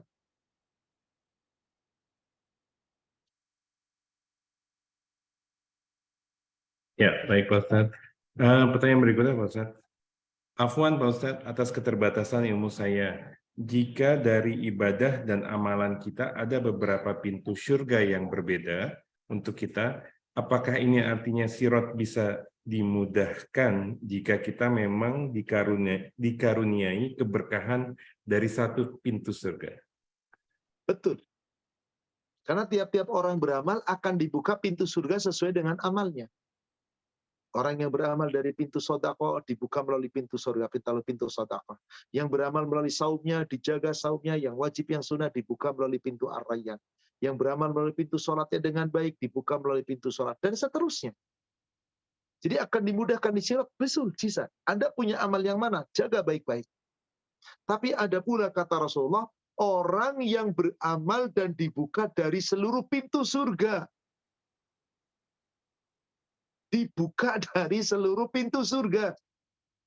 Anda pengen seperti itu? Awali dari jaga wudhu dengan sebaik-baiknya. Karena wudhu itu syarat sahnya sholat, dan sholat itu bisa mencegah perbuatan keji dan mungkar. Awali dari wudhu, perhatikan cara wudhu Anda. Kalau wudhu Anda sempurna benar-benar, Allah buka pintu surga, 8 pintu surga. Anda mau masuk melalui mana saja, dipersilakan. Coba ukhti baca hadisnya. Bulughul Maram nomor hadis 62.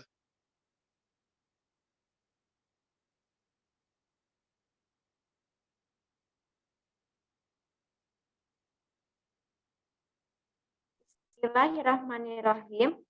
Dari Umar dia berkata, Rasulullah bersabda, tidaklah seorang pun di antara kalian yang berwudu lalu ia menyempurnakan wudunya, kemudian mengucapkan, aku bersaksi bahwa tidak ada ilah yang berhak disembah kecuali Allah saja. Tidak ada sekutu baginya, dan aku bersaksi bahwa Muhammad adalah hambanya dan Rasulnya, kecuali akan dibukakan baginya 8 pintu surga dan masuk dari mana saja yang ia suka. Subhanallah. Tapi bukan Anda cuma bagusin wudhu, sholatnya enggak, tidak. Kenapa wudhu disebutkan di sini? Karena sholat Anda itu yang akan dinilai oleh Allah. Dan sholat itu tergantung wudhu Anda. Berwudhulah dengan sempurna. Baca doa setelah itu. Abwaba samaniyah. Dibuka pintu-pintu surga yang 8. Dan bahkan dikatakan di situ, adkhuluha min ayyisha. Kamu boleh memasuki dari pintu mana saja. Tapi jangan hanya itu. Sedekah kita harus kita jaga. Salat kita juga kita jaga. Apapun kebaikan-kebaikan kita jaga. Anda bisa melalui pintu semuanya. Jangan cuma wudu. Bukti baca Sahih Muslim 984.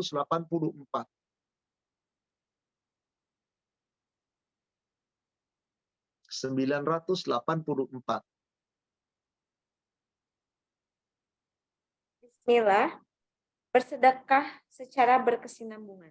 Dari Abu Hurairah radhiyallahu anhu katanya, Rasulullah SAW bersabda, siapa yang bersedekah hewan ternak dengan berpasangan atau jantan betina untuk membela agama Allah atau fisabilillah, maka dia akan dipanggil kelak dalam surga. Hai hamba Allah, inilah pahala kebajikanmu. Siapa yang rajin sholat, dia akan dipanggil dari pintu sholat.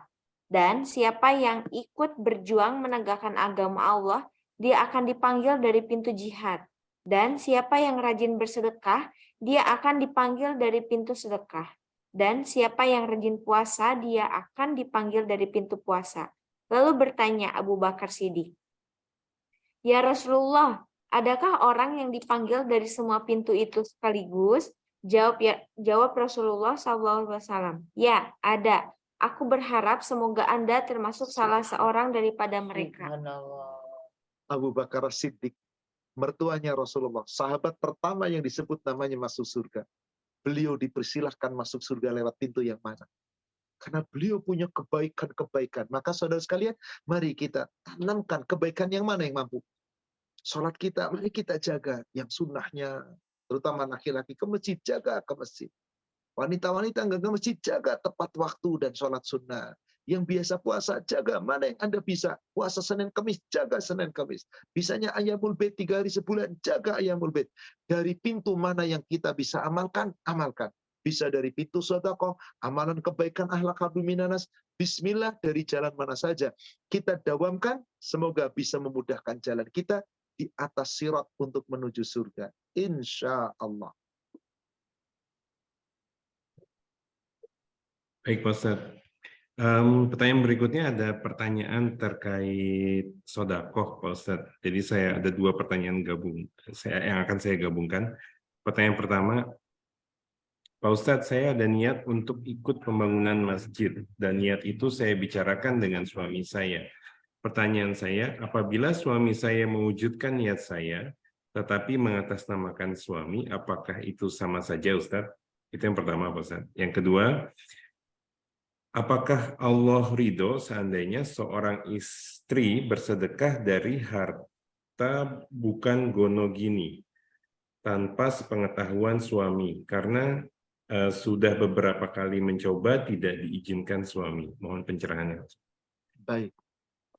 Ketika seorang istri mau bersedekah dan harta itu adalah milik suami, yang bekerja suaminya, kemudian ingin membangun masjid, bersedekah untuk membantu pembangunan masjid. Atas nama siapa Ustadz? Atas nama istri atau atas nama suami? Terserah Anda mau atas nama siapa. Apalagi sudah sepakat kedua-duanya. Istri yang mengusulkan, duitnya milik suami. Bismillah, jalankan. Insya Allah yang dapat pahala siapa? Dua-duanya. Dua-duanya. Termasuk pertanyaan yang kedua. Saya punya harta, tapi bukan gonogini, harta bersama antara suami istri. Lalu saya bersedekah tanpa sepengetahuan suami, bolehkah? Apakah dapat pahala? Boleh. Dapat pahala? Boleh dapat insya Allah. Siapa yang dapat pahala? Istri dapat, suami dapat. Coba dibuka hadisnya, Bulughul Maram. Nomor hadis 659. 659.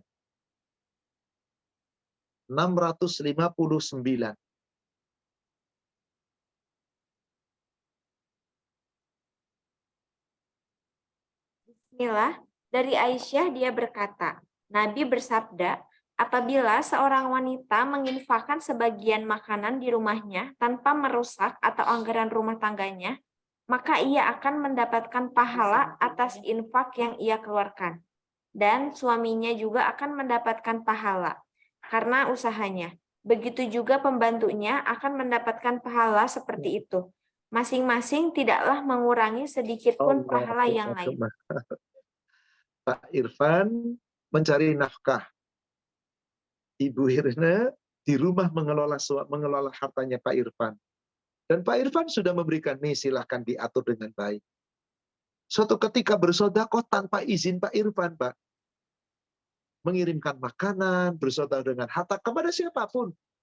Dan saat sedekah nyuruh pelayan Pak Irfan. Siapa yang dapat pahala? Istri Pak Irfan dapat, karena dia yang berinisiatif sedekah. Pak Irfan dapat karena Pak Irfan yang nyari nafkah. Pelayan yang nganterin sedekahnya dapat. Tiga-tiganya sama nilai pahalanya, nggak dikurangi sedikit pun. Tuh adilnya Allah.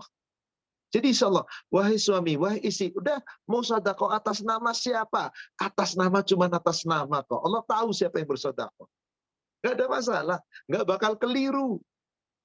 Jadi maaf, isi Pak Irfan nggak perlu ngomong, saya sedekah atas nama suami saya, nggak perlu, bismillah sedekah aja. Allah tahu kok dari mana asalnya duitnya. Siapa yang sedekah, siapa yang menghantarkan.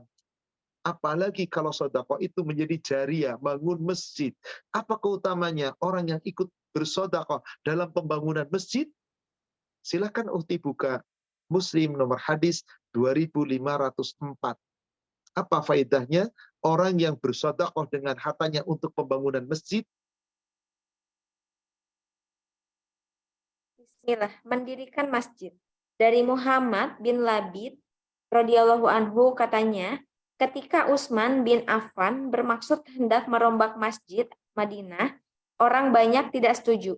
Mereka lebih suka membiarkannya sebagaimana adanya. Maka berkata Utsman bahwa dia mendengar Rasulullah SAW bersabda, siapa membangun masjid karena Allah, maka Allah membuatkan pula baginya rumah seperti itu di surga. Allahu Akbar. Dapat rumah yang mulia di surga, dapat pahala mengalir sepeninggalnya, karena masjid yang dipakai untuk ibadah, maka sebanyak apa orang ibadah di masjid itu, sebanyak itu pahala mengalir bagi orang yang ikut bersedekah membangunnya.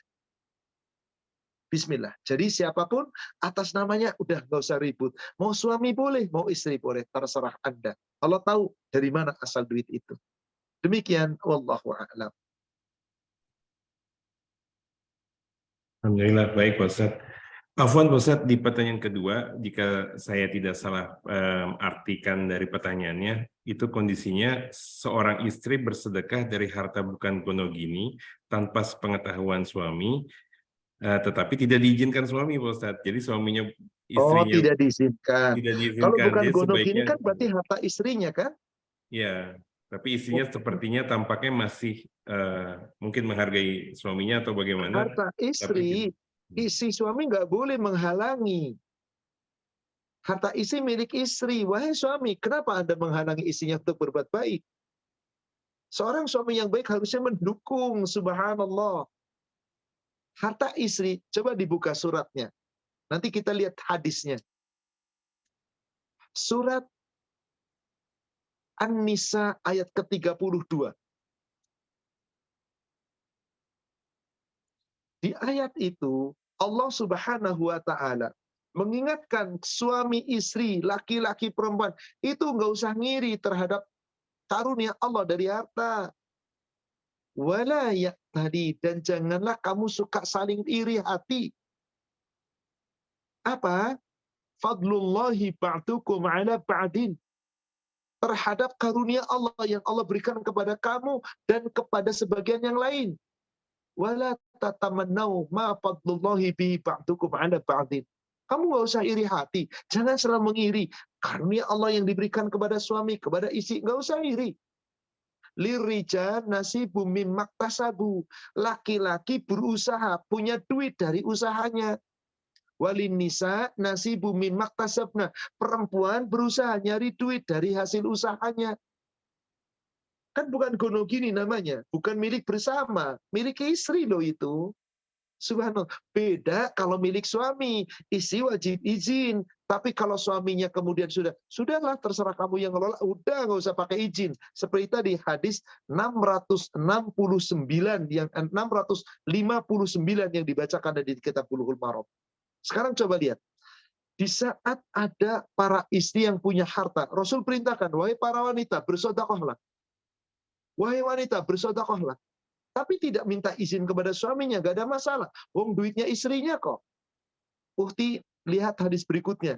Tadi di Bulughul Maram, nomor 660-nya.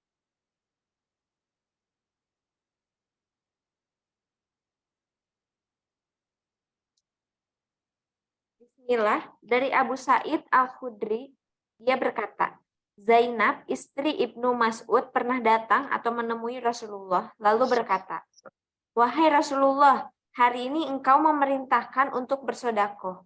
Saya memiliki perhiasan dan ingin saya sedekahkan. Namun Ibnu Mas'ud beranggapan bahwa dia dan anaknya lebih berhak untuk saya beri sedekah daripada orang lain. Maka Nabi bersabda, Ibnu Mas'ud benar, suamimu dan anakmu itu lebih berhak untuk kamu berikan sedekah daripada orang lain. Coba lihat dari sini. Isi Ibnu Mas'ud itu termasuk wanita kaya. Suaminya, Ibnu Mas'ud itu miskin. Ketika hendak bersedekah, Ibnu Mas'ud lihat, loh kamu mau sedekah kemana? Rasul suruh aku sedekah. Daripada orang lain, mendingan kepada aku. Maka isinya bingung, loh masa suami dikasih sedekah? Aku kan pengen sedekah dengan duitku keluar. Masa suaminya malah minta untuknya dan anaknya? Maka lapor sama Rasul. Ya Rasulullah, ketika engkau perintahkan kami untuk sedekah, aku berniat bersedekah dengan hartaku. Lalu suamiku mengatakan apa? Sebaiknya kau sedekah kepada suamimu. Ini Abdullah bin Mas'ud, ini anakmu daripada untuk orang lain. Maka Nabi menjawab, sedekah, sedekah Ibnu Mas'ud. Benar, suamimu Ibnu Mas'ud itu benar. Zaujuka wa waladuki ahaku man tasaddaqti bihi alaihim. Hartamu lebih pantas kamu sedekah untuk suami. Karena suaminya miskin. Lah ini suaminya kaya, punya duit sendiri. Istrinya punya duit sendiri. Mau sedekah, masa dihalangi? Maka jika seperti itu, nggak usah kasih tahu, nggak apa-apa. Kebaikan untuk dirinya. Demikian. Wallahu a'lam. Pak Irfan, satu pertanyaan lagi. Sudah mendekati waktu maghrib, sudah jam 6 lewat sekarang. Afwan.